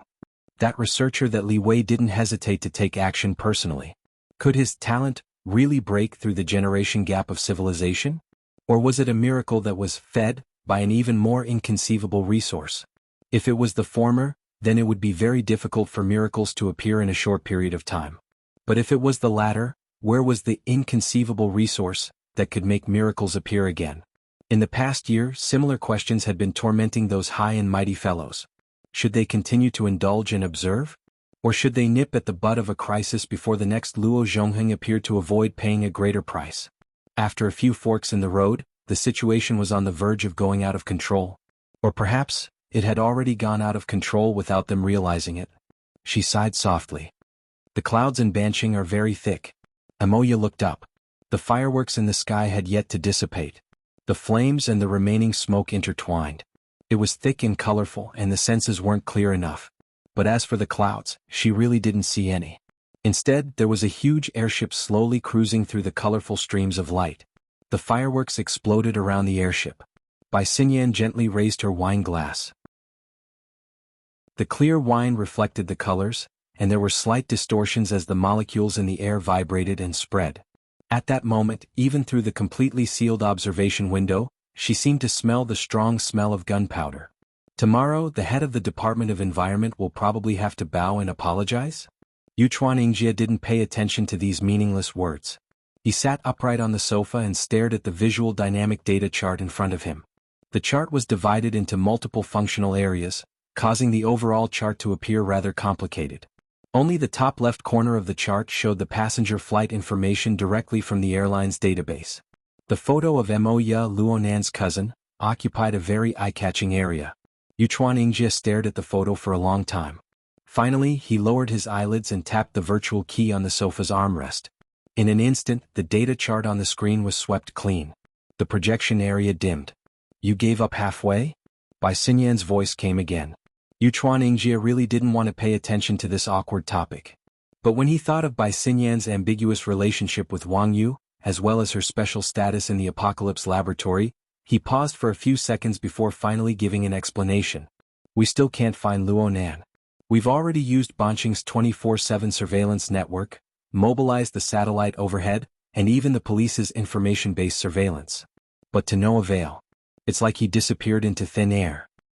If I didn't misunderstand, you wouldn't have made a move against Luonan's sister if you couldn't find him? Xuanhuan hesitated for a moment before nodding. Basically, yes. Then he couldn't help but explain. Wang Yu's goal was to make Luonan bow his head and personally participate in the high seas auction. That's all. Right now, that fellow might have already ridden the Devil Ray to the center of the Pacific Ocean. Why do we need to draw legs on a snake? Is that so? I thought you were helping him cook the eagle. You saw through but didn't say it out loud, woman? Xuanhuan admitted that he had been befuddled at the time. He thought of things too simply. Now he could only vaguely explain, I'm just a businessman. Oh, I thought that there were only ambitious capitalists in the Appraiser Jade Society. You're just more confident in capital. Xuanhuan was very happy to change the topic. He even used a certain person's words to endorse. Didn't Wang Yu often say that capital is the expansion of human nature? As long as people have desires, as long as exchange exists in the world, as long as the flow of capital exceeds production capacity, then capital is the ultimate choice. It is the undefeatable king. Standing on the side of victory is a very natural thing. I'm just learning and practicing. You're just blowing pillow talk. It's a pity that I don't plan on rolling in the sheets with him in the near future. To me, the power of capital is still too insubstantial. I still prefer direct, strong people. Bai Xinyan walked over from the other side of the viewing window. She arrived in front of Xuanhuan and closed the distance between them. Wang Yu and you. You still haven't been able to break through the barrier between reality and nothingness. Keep working hard. Perhaps success is right in front of you? Thank you for your encouragement. The blood vessels on Xuanhuan's temples throbbed a few times. In the end, he revealed a gentle and polite smile. Luonan's matter was considered over. Even though the Appraiser Jade Society and Wang Yu's side had yet to be formally explained, he had already made up his mind. To him, the risk came from many levels and many directions. Compared to the immediate survival crisis of traveling at multiple times the speed of sound, the crisis of breaking through the defense of the horsemen, and the crisis of trust that shook the foundation of the Yuchuan family's rule in Banqing due to him inviting disaster, the Appraiser Jade Society's dissatisfaction was actually a problem that was easier to overcome. When all was said and done, his rash provocation was a foolish act of drawing legs on a snake from the very beginning. His excessive attention to Wang Yu caused serious problems in his judgment. Now was the time to cut some meat to stop his losses. He might be at Wang Yu's beck and call right now, but if the situation continued to worsen, it wasn't impossible for that person to do things like borrowing someone's head. He thanked the Amaterasu cult. He thanked the powerful person who had gotten rid of Gong Qi. He thanked the Ability User Association who had been infuriated. He even thanked the Amaterasu cult who couldn't wait to cut the chives. The sudden unforeseen event and the corresponding actions gave him ample reason. And so Xuanhuan sighed, of course there are more practical considerations. The Amaterasu cult's identification operation is imminent. His Holiness certainly doesn't want to cause any more trouble. Bai Xinyan smiled at him. Xuanhuan had a sincere expression on his face, distracting others before a major operation.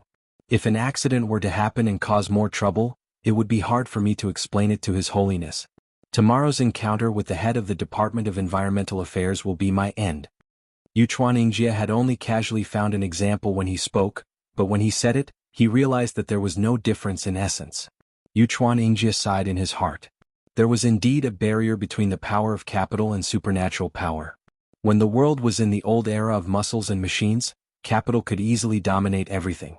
But after the era of distortion, supernatural power was obviously more direct and oppressive than capital power.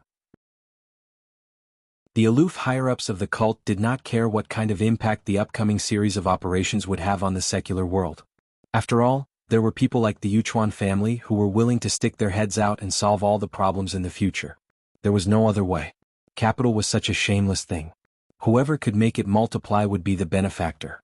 As for the right to lead. Speaking of which, How much money did the Apocalypse Laboratory need to invest in the Bloodline project to achieve the desired results? Was that Li Wei really trustworthy? His research direction and research subjects were far beyond the established system, causing even the most demanding investor to lose their professional judgment. And the series of results that pointed to the ultimate mystery of life made the core circle of capitalists in the world invest money like crazy. One project after another, year after year, no one knew when it would end. Xuanhuan was a little distracted when he suddenly heard Bai Xinyan say, "If you don't need this projection area, can you lend it to me temporarily?" "Of course. This is something you brought up when you boarded the ship. It's a set of newly developed professional equipment. It's still in the experimental stage. It was just delivered from the deep blue world yesterday."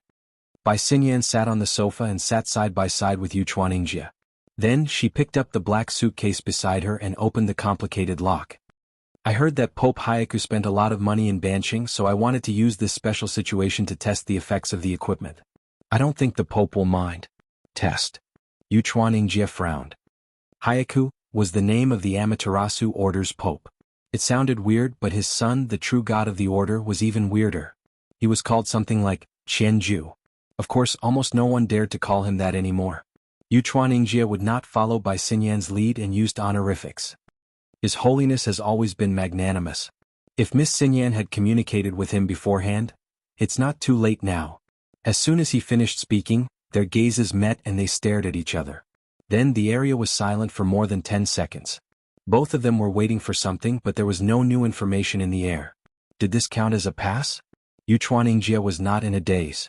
Instead, he used a special channel to inform the Pope. Now, it was obvious that he had accepted it. Well, it was said that the Amaterasu Order had the closest relationship with the Apocalypse Laboratory among the three major orders. There was always a reason behind it. The Yuchuan family and Wang Yu might not be a match for each other in terms of connections in the Amaterasu Pure Land. Xuanhuan adjusted his state of mind and said, "Is this equipment for commercial use or something more important?" "Commercial use." The board of directors hopes to use the recent craze to make it a hot commodity. It is an indispensable piece of equipment for the future. It is to contribute to the project's goal of making a profit. Making a profit. Xuanhuan shook his head slightly. "Forgive me for being blunt, but we don't spend tens of billions of dollars on the Apocalypse Laboratory every year because we want the money to go to our descendants. We want to see something different, at least something clearer. I understand. You want to use the breeding ground of capital to breed a bastard with extraordinary power. But forgive me for being blunt, but this kind of method that goes against the basic ethics of the universe will not be effective. Perhaps it should be like natural life, using countless mutated and evolved offspring to select the most suitable result. But when I was investing, the investment document I received described a very direct reverse restoration process. You should be familiar with the way capital tells stories." "All right, Mr. Yuchuan. I am not the representative of the Apocalypse Laboratory, and I have no intention of explaining anything to Mr. Li Wei. As a shareholder, you can directly request the board of directors for more details. As for now, as a handsome gentleman, you should help the lady in front of you arrange this sophisticated equipment. Perhaps you will be rewarded with a kiss in the end. Thank you for your kind offer." Xuanhuan did not mind sharing women with Wang Yu, but he definitely would not share danger. He quickly lowered his stance and rolled up his sleeves to help Bai Xinyan connect the equipment in the suitcase to the projector. About half a minute later, the projection area lit up again. At first, Xuanhuan thought that he saw some kind of screensaver. It was a scene of bubbles and water droplets rising. It was very realistic, but he could still tell that it was an animation effect. Should we get to the main topic now? The change in the projection was somewhat out of Xuanhuan's expectations. It was still the same animation effect. Countless bubbles, droplets. In short, it was just a shape. Layer upon layer, colliding and distorting. Soon it spread throughout the projection area. The corresponding angle of view was stretched and expanded. The details were blurred, but the overall appearance was more and more spectacular and chaotic. Closing one's eyes for a second and then opening them again to look, it was like diving in the summer. Entering the grotesque shallow sea, colorful and gorgeous, yet no substantial structure could be seen. It was also impossible to distinguish where the sunlight came from. What is this? It's currently the most popular trend in the world. To be exact, it's the most popular trend in the inner world. The laboratory's temporary name for it is the mental ocean mimicry picture. The general idea is that through large-scale calculations and special modules, a rough picture of the mental plane within an area is simulated. Though the accuracy isn't high, and the reaction is lagging, making it impossible to use in actual combat, if it becomes popular, its authenticity will increase after a period of data collection. At the very least, this will be the case in the relatively low-level mental ocean. Xianxia digested the core concept in Bai Xinyan's words with great difficulty. His eyebrows furrowed into a knot. The trend you're talking about is luonance? That's right. The cage theory. Then what about the modules? Of course it borrows the concept of a cage, but it's simplified into bubbles or droplets for the sake of easy calculation. So this is borrowing? Different paths lead to the same destination. It's just like the close relationship between a cage and a configuration. Of course, there are also people who are considering whether or not to ask Luonan to endorse this product. Is there an instruction manual? Xianxia spent close to 20 minutes while Bai Xinyan was adjusting the equipment. He roughly read through the instruction manual for the mimicry picture generator. The more he understood, the more he felt that this gadget was brilliant beyond his imagination. Miss Xinyan, if I'm not mistaken, this gadget is a panoramic probe into the mental domain of reality? There has never been such a device before. Not yet. It's just an animation simulation based on a special module and mode. The precision, breadth, and depth of the detection are all greatly limited. It's even possible for it to be completely different from reality. No. This is an epic-making invention. As long as the cage theory can stand firm. Xianxia gained a new understanding of the accumulated technology of the Apocalypse Laboratory. Due to the short time and shallow understanding, he was still unable to estimate what sort of impact it would have on the current world, especially the inner world, if a large amount of similar equipment were to leak out. However, he already sensed the sensitive factors within. Your Majesty really agrees to use this set of equipment? There's no need to doubt Pope Baiji's magnanimity. Bai Xinyan didn't even blink. Besides, this set of equipment has a limited sensing range. If we don't count the peripherals, it's only around a dozen square kilometers. What's wrong with observing a corner and watching the excitement? So that's how it is. Yukawa Kosuke put on a look of relief, but he was thinking to himself, for superhumans, especially those in the spiritual side and the religious circle, this kind of method is already close to prying, especially when it comes to the most chaotic and secretive spiritual domain in the past. For anyone who has the knowledge and foundation of supernatural powers, the spiritual domain has its own unique charm and attraction. I'll secretly buy similar equipment later and try to cover Banqing. At that moment, after Bai Xinyan's adjustments, the colors of the dazzling ocean, at the beginning of the simulation had almost completely faded. Now, most of it had turned into an inconspicuous grayish-white color. Only a few small colored spots would occasionally appear at random times and in random areas. It was like the result of an electron beam that had been deflected on an ancient flat-screen display. Bai Xinyan explained that this was to treat the repeated mental waves and the corresponding changes as background radiation. Only those that exceeded the relevant threshold would be paid attention to. It was also a stopgap measure due to the lack of peripherals and the limitations of computing power. As the time for the Amaterasu cult to take action approached, Xianxia shut his mouth and stared at the projection without blinking. At that moment, Bai Xinyan considerately placed a blurred satellite image behind the background radiation to achieve a simple correspondence between the animation and the map in reality. According to Professor Luo's theory, the spiritual ocean and the material world do not have a strict spatial correspondence.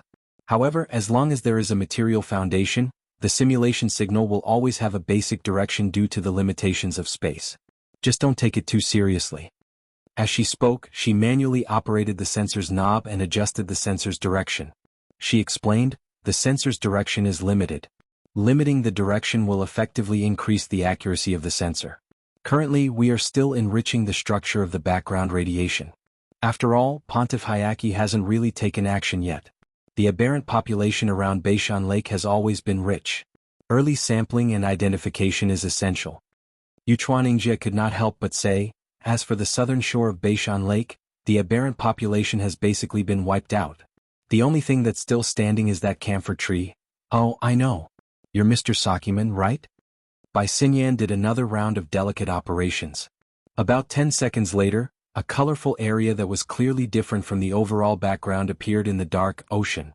The area looked like a child's carefully blown soap bubble. It was distorted in the rippling airflow and refracted 7 colored rays of light. It looked like it could burst at any time, but it always maintained its overall structure in the nick of time. After looking at it for a while, xianxia felt that this huge bubble had an extraordinary resilience. It was completely different from the small gray bubbles beside it that could burst at any time. This is the structure of the aberrant species in the spiritual ocean.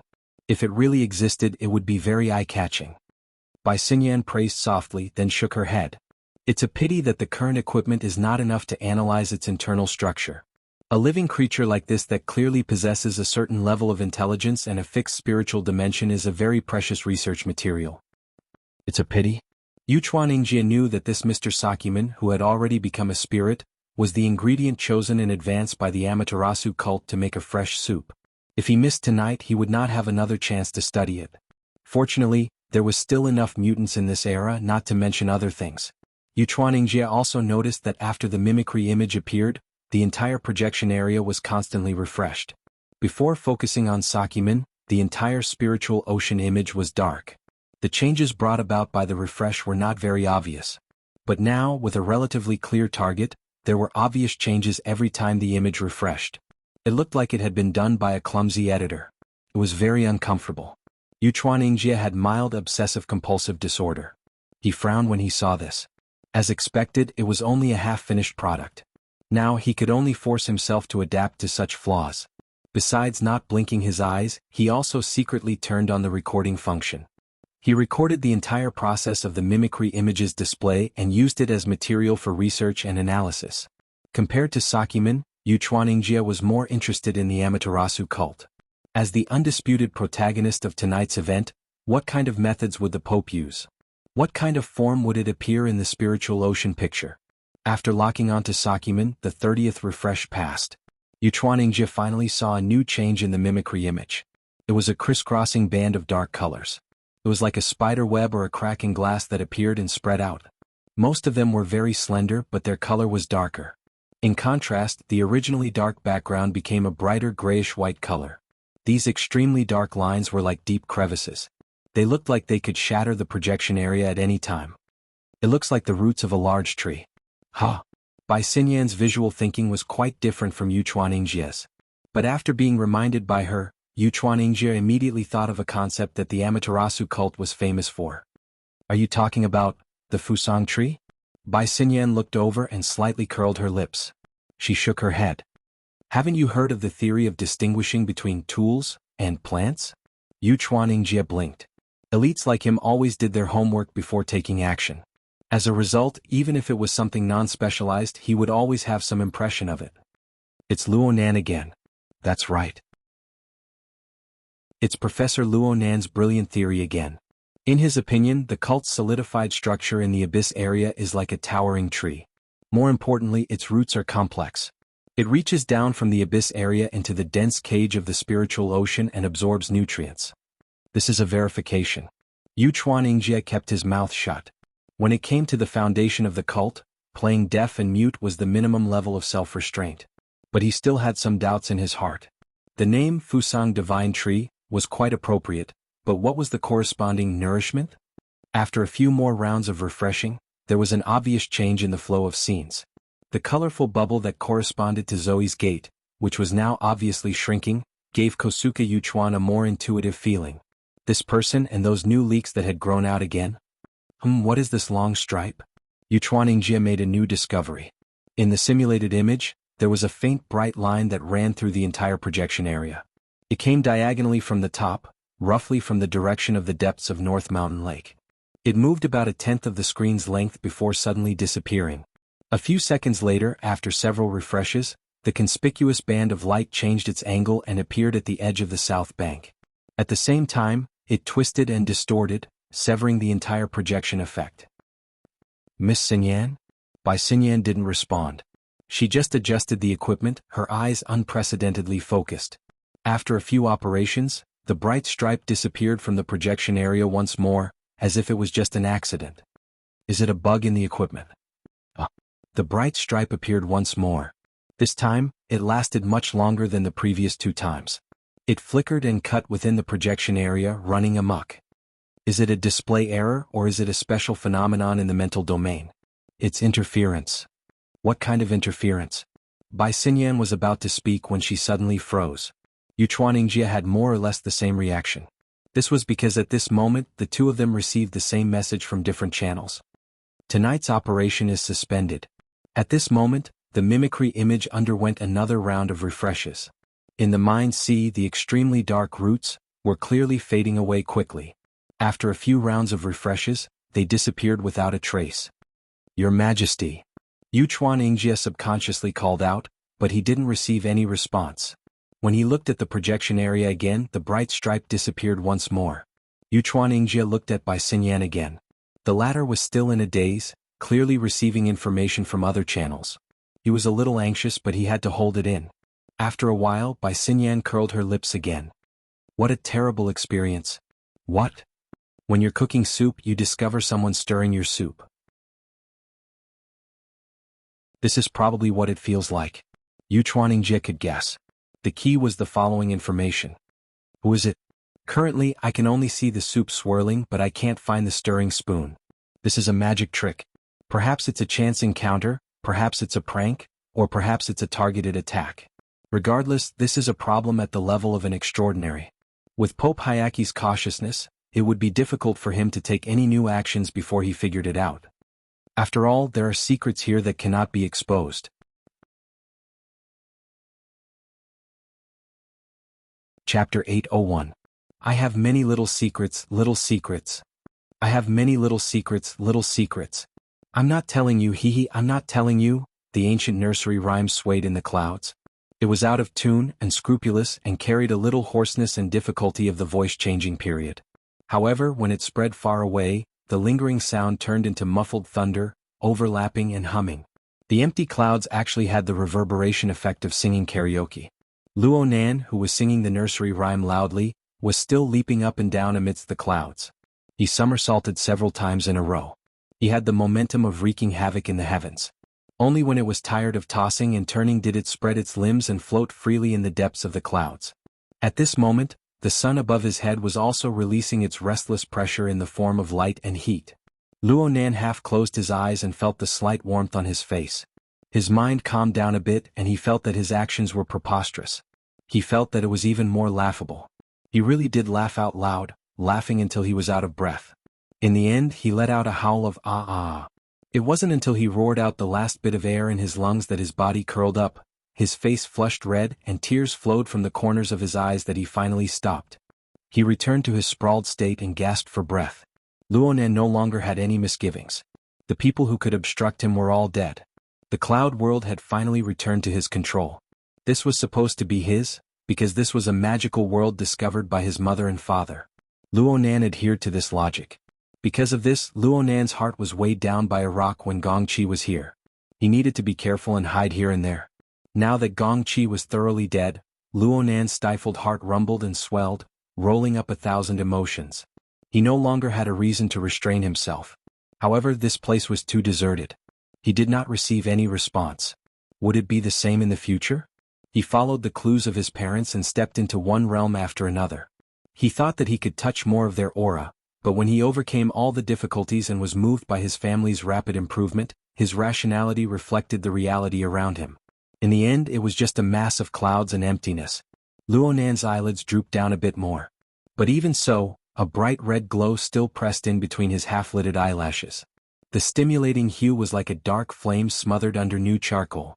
It quietly devoured the fuel that had just been added amidst the fine crackling sounds. His heart was not at peace.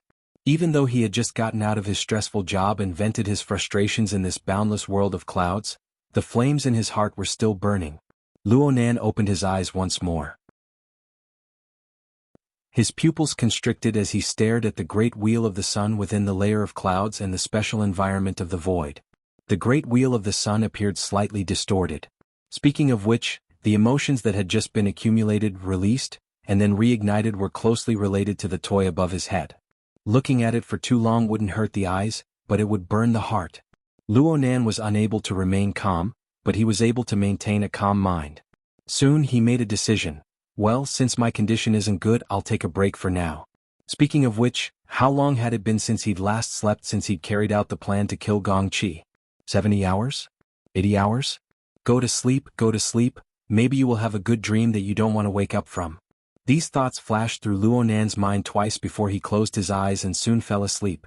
Luonan's body lost control of his consciousness during his deep sleep. He naturally sunk, but he only sunk a few meters before he seemed to lose his proper weight. He rose up amidst the whistling astral winds, but he didn't appear to be light as a feather. Instead, there were multiple forces acting on him. He came and went, swaying and swaying, forming a kind of basic dynamic equilibrium. Time slowly passed, but there was no difference between day and night in the cloud world. The position of the great wheel of the sun in the deep sky didn't change. Only the turbulent flow of the clouds transformed into a myriad of shapes. Over time it became monotonous. The environment of the cloud world seemed to be this monotonous forever, but there were always a few variables in between. After a period of time, a red shadow suddenly flew over near the area where Luonan slept peacefully. It was a mushed-mouth ape. Outsiders aside, this was the only living species that could be seen in the cloud world. It had an enormous body that was over 7 meters tall, and it was wrapped in layers of scales and muscles. It was as if its brain had been hollowed out, and its deep red pupils swiveled on its sunken head.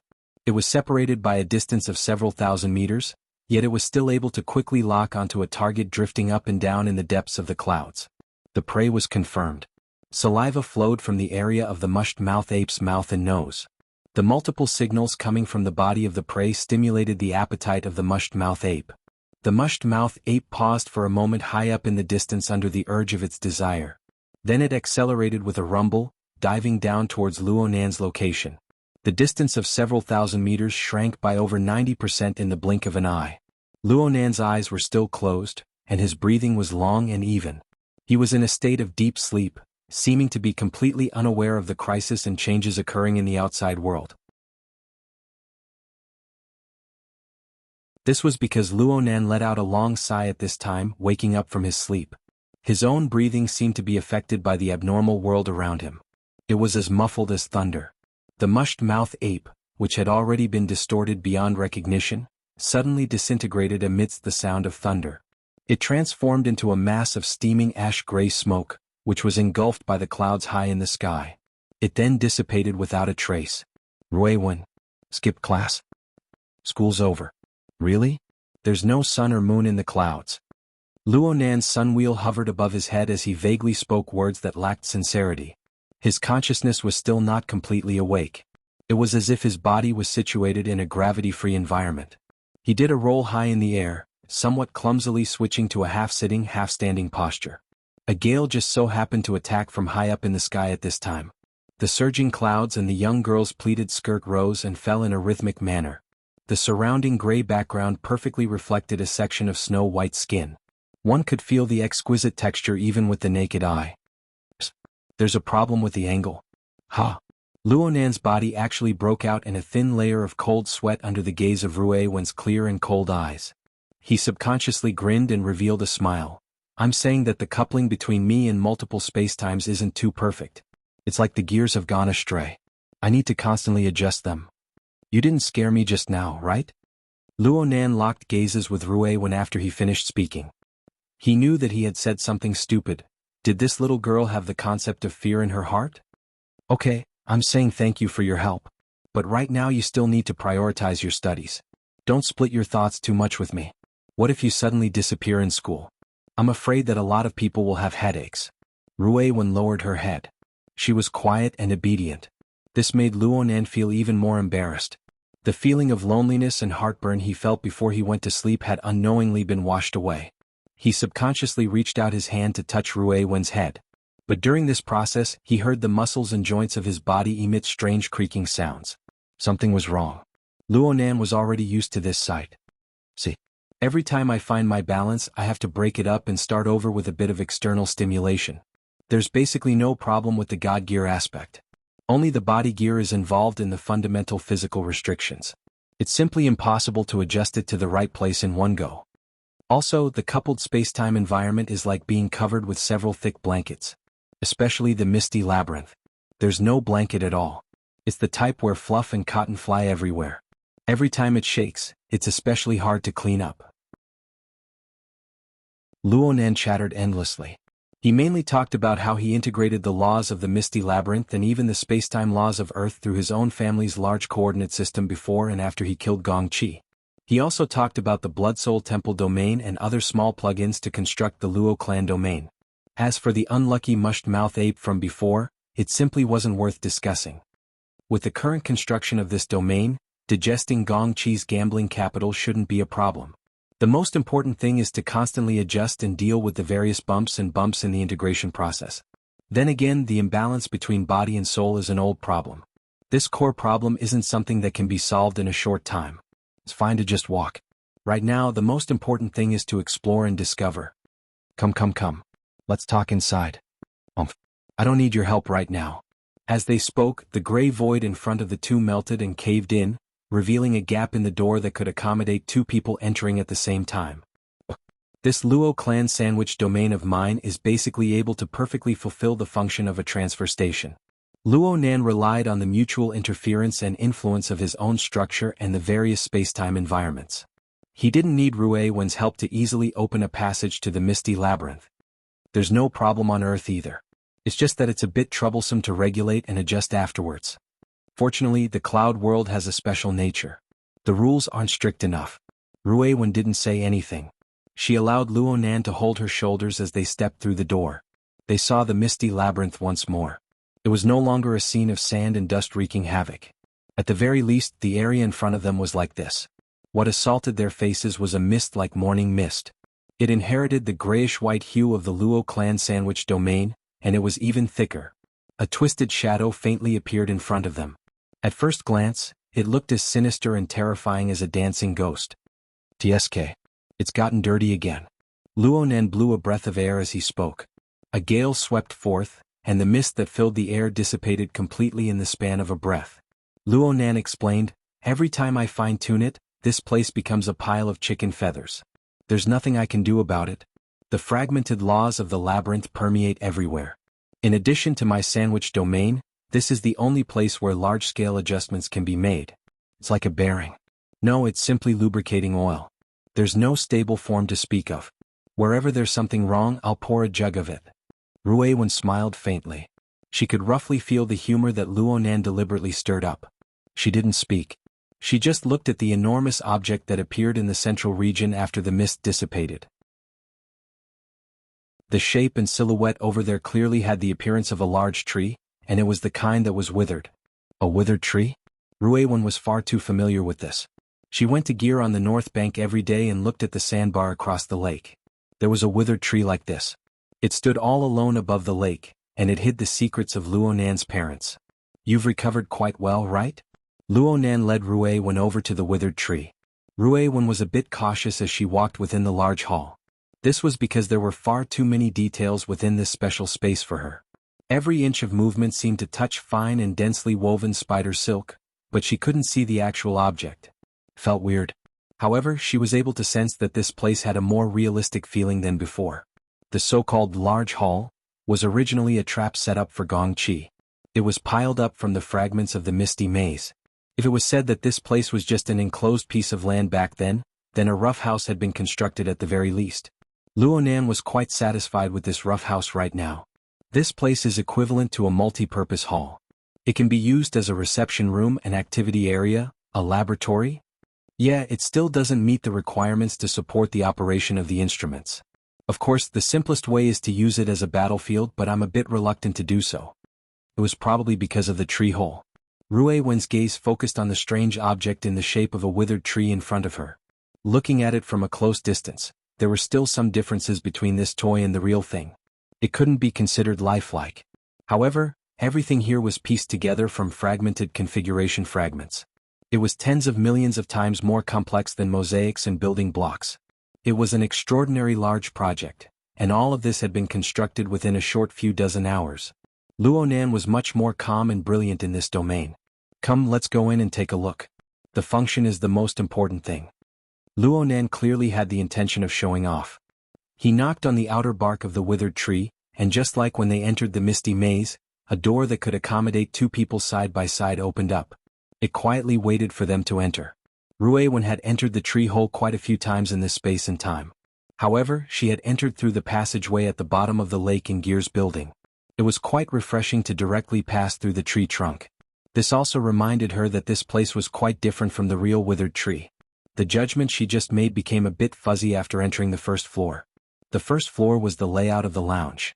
Under the dusky light, the narrow and exquisite layout was practically perfectly reproduced before her eyes. For a second, Ruiwen nearly believed that Luonan had brought her back through the barrier of space and time, returning to the tree hole of the withered tree sandbar. These are just decorations. If it were truly completed, then it wouldn't look like this.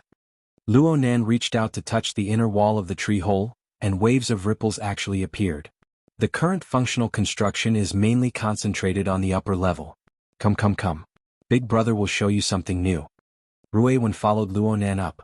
She had just taken a few steps, but she had yet to truly enter the second floor when a change suddenly occurred in her 5 senses and 6 senses. Ruiwen blinked her eyes. It was as if she had accidentally fallen into a starry sky. The surroundings were gloomy and deep. Hundreds of thousands of cold stars were sparsely arranged. Her sense of distance and space became a bit fuzzy. She subconsciously took another step before she could find her true senses. When she calmed her mind, she no longer felt like she had sunk into the starry sky. She only felt that it was a sensory effect similar to virtual reality. Her gaze quickly focused and locked onto the most conspicuous region in the center of this starry sky. The light there was the brightest, but it was more reserved. There were light regions and dark spots. There was a relatively smooth outline, and there was even a bit of a slightly diffused halo. At first glance, it looked like an astronomical scene that had undergone post-processing. It represented a distant and enormous galaxy. Come here. Look carefully. Luonan called Ruiwen forward. The feeling it gave off changed when she looked at it from a different angle. It transformed into a translucent substance that was even smaller than the palm of her hand. It possessed a distinct texture. This is the core work area. As for this little thing, it's my latest work. Currently I'll call it lens. Ruiwen drew closer. She was quite interested in this so-called lens. Well, Luonan attached great importance to this matter. Of course she had to pay close attention to it. Upon careful observation, this little toy really did have the meaning of a lens. At the very least, it was quite similar to the teaching aids that teachers brought to physics classes. Aside from its transparency. Then was it a concave lens or a convex lens? Luonan wasn't in a hurry to explain the marvels of the lens to Ruiwen. Instead, he extended his hand and streaked across the surrounding gloomy region. His fingertips seemed to stir the specks of light of the stars, that blurry perception of distance. A smile blossomed on his face, becoming more and more splendid. Ruiwen, did you know? This is the true face of the hollow tree. It's something that I built according to Mom and Dad's design. The hollow tree vehicle at the end of the corridor in Grandpa's laboratory in the wilderness can only be considered an embryonic form. It's far behind this version. After all, this is the result of my father's many years of dedicated research after returning from the wilderness. Hey, have I mentioned this matter before? Ruiwen shook her head slightly. I must have been too busy a few days ago. I forgot to tell you. Let me tell you. There's also Jerry's scenes here. It's super complicated. Luonan entered into nagging mode. He talked about whatever came to mind. It was just as he said. The matter itself was very complicated. It had experienced a long period of time, and space had jumped frequently. Some of it was still conjecture. The logic was rather chaotic when it was expressed. It was quite laborious to listen to. But Ruiwen only needed to understand that Luonan's mood was better than before. His mood was more positive. This was enough for her. So, that old man of mine made this arrangement. He made it too complicated. I still don't understand the twists and turns inside. But no matter how you look at it, I'm lucky. The withered tree sandbar, formatting theory, configuration knowledge, and Jerry's database. All of these conditions were put together. They really pieced together a result, and in the end it was passed into my hands. Maybe this is fate? Ruiwen met Luonan's gaze and gave a light yap. She felt that this should be the answer Luonan wanted to hear the most. Sure enough, Luonan revealed a smile again. He extended his hand to rub Ruiwen's head, temporarily ending this topic. I'll investigate and straighten out the situation inside later. Let's first look at the most practical. The information he left behind was extremely practical and extremely crucial. I've talked about that 100-year sequence question bank before, right? It's good stuff. And it's the basic level of general education. Ruiwen, you also need to learn it. It's far more advanced than what is taught in school. Right now I firmly believe that a highly developed civilization system certainly exists in the distant starry sky beyond Earth. It has already established an intersection with us, and the possibility of further intercommunication will continue to increase in the future. If such a day truly comes, we can learn and understand its information ahead of time. We can be a step ahead of others and seize the initiative. Luonan adopted the posture of a parent lecturing, and Ruiwen nodded obediently. She cooperated extremely well. The content inside should be extremely large and complex. It involves all aspects of society's construction, but there's also an inexplicable seal. It's very unpleasant. Luckily, it seems to be gradually unlocking right now.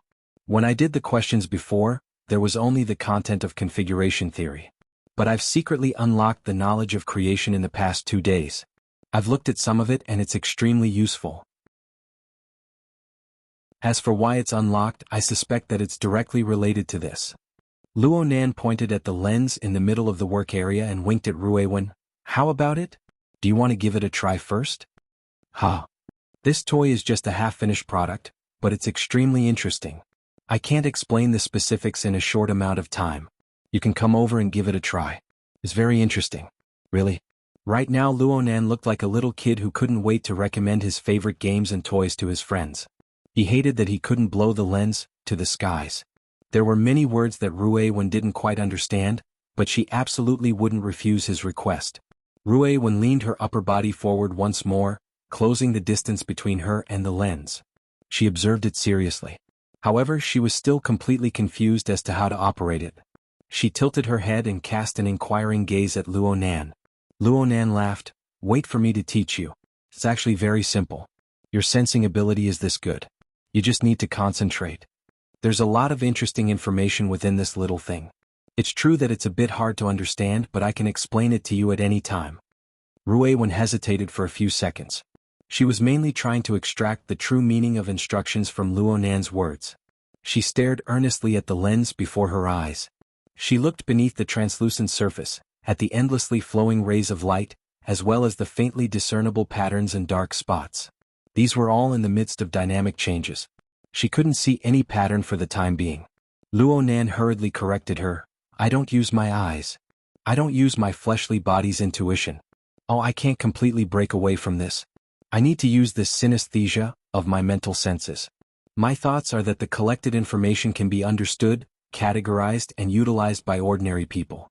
After all, the workload is too great. It would be even better if it could be converted into a code that can be recognized by machines.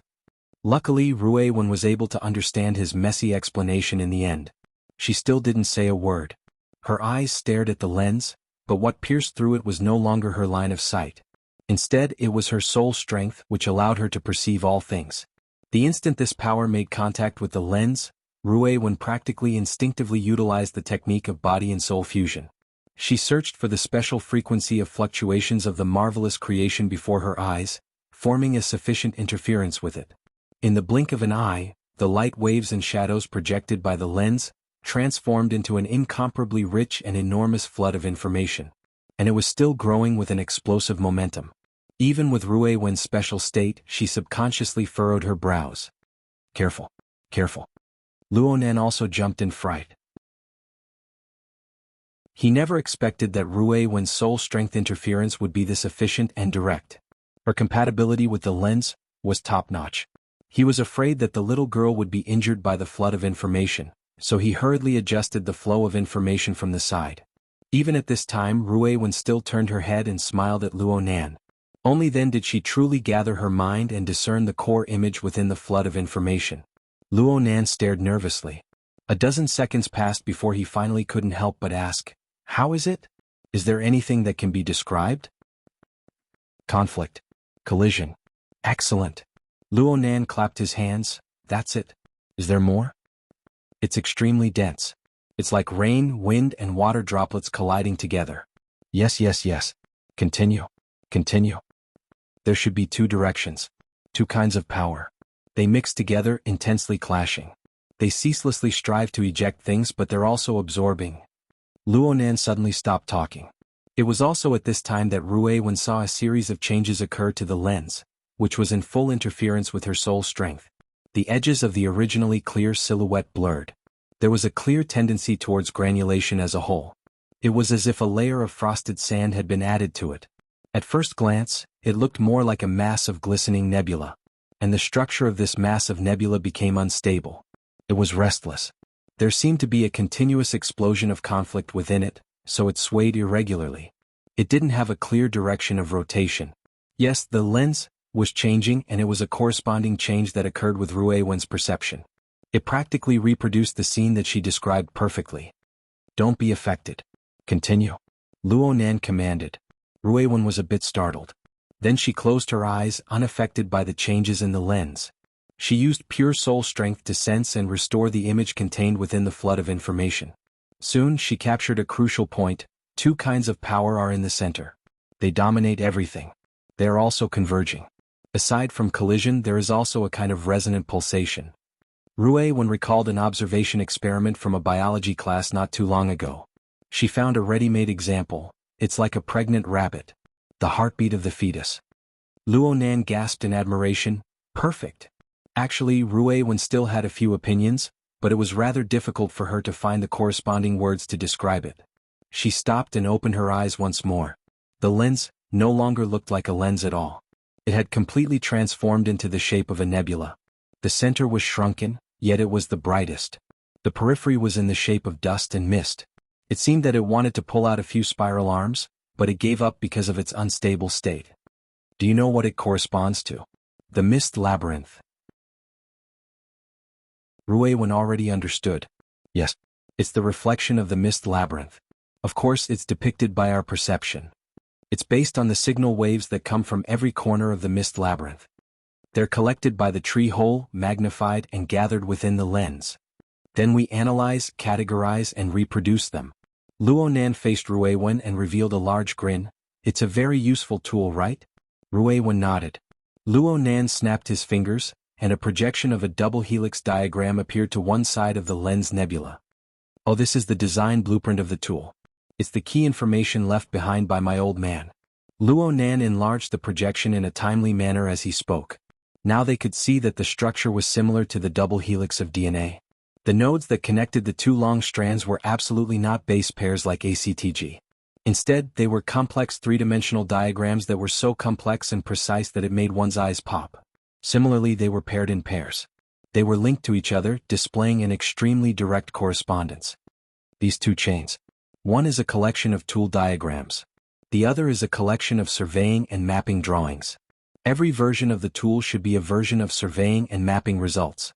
Every link represents a set of surveying and mapping experiments. I looked at the dates. The earliest one can be traced back to the year 75, and the last one stopped at the year 90 June. There have been several hundred iterations in 15 years, and there are over 2,000 sets of experiments altogether. What is this? Ruiwen was silent, and Luonan answered his own question. A treasure trove. A treasure trove of cognition. We can make adjustments according to the results of the experiments. We can see what the world we live in is like in the end. Luonan waved his hand heavily. In the central region, the structure of the lens nebula, which appeared to be rather regular, instantly warped. It was as if it had collided with a layer of barrier. In fact, there really was a faintly discernible arc of light that pressed against the edge of the lens nebula. There were even traces of a depression, forming a direct view of the scene of the collision. We are unable to describe the true structure of spacetime. We can only reduce the dimensions to deal with it. However, I think that it is already quite close to the truth. The relationship between the fog maze and the local spacetime of the Earth is probably like this. An intimate contact on the spacetime level. The shattered fog maze is sufficiently interfering with the spacetime of the Earth. Oh, there are also interference and friction fronts. As Luonan spoke, the outermost layer of the lens nebula lit up with a thin ring of light, the cloud world. You're tuning in to the Sworddance in the Vast Sky YouTube channel. Don't forget to subscribe and join us on this journey to catch the most captivating stories.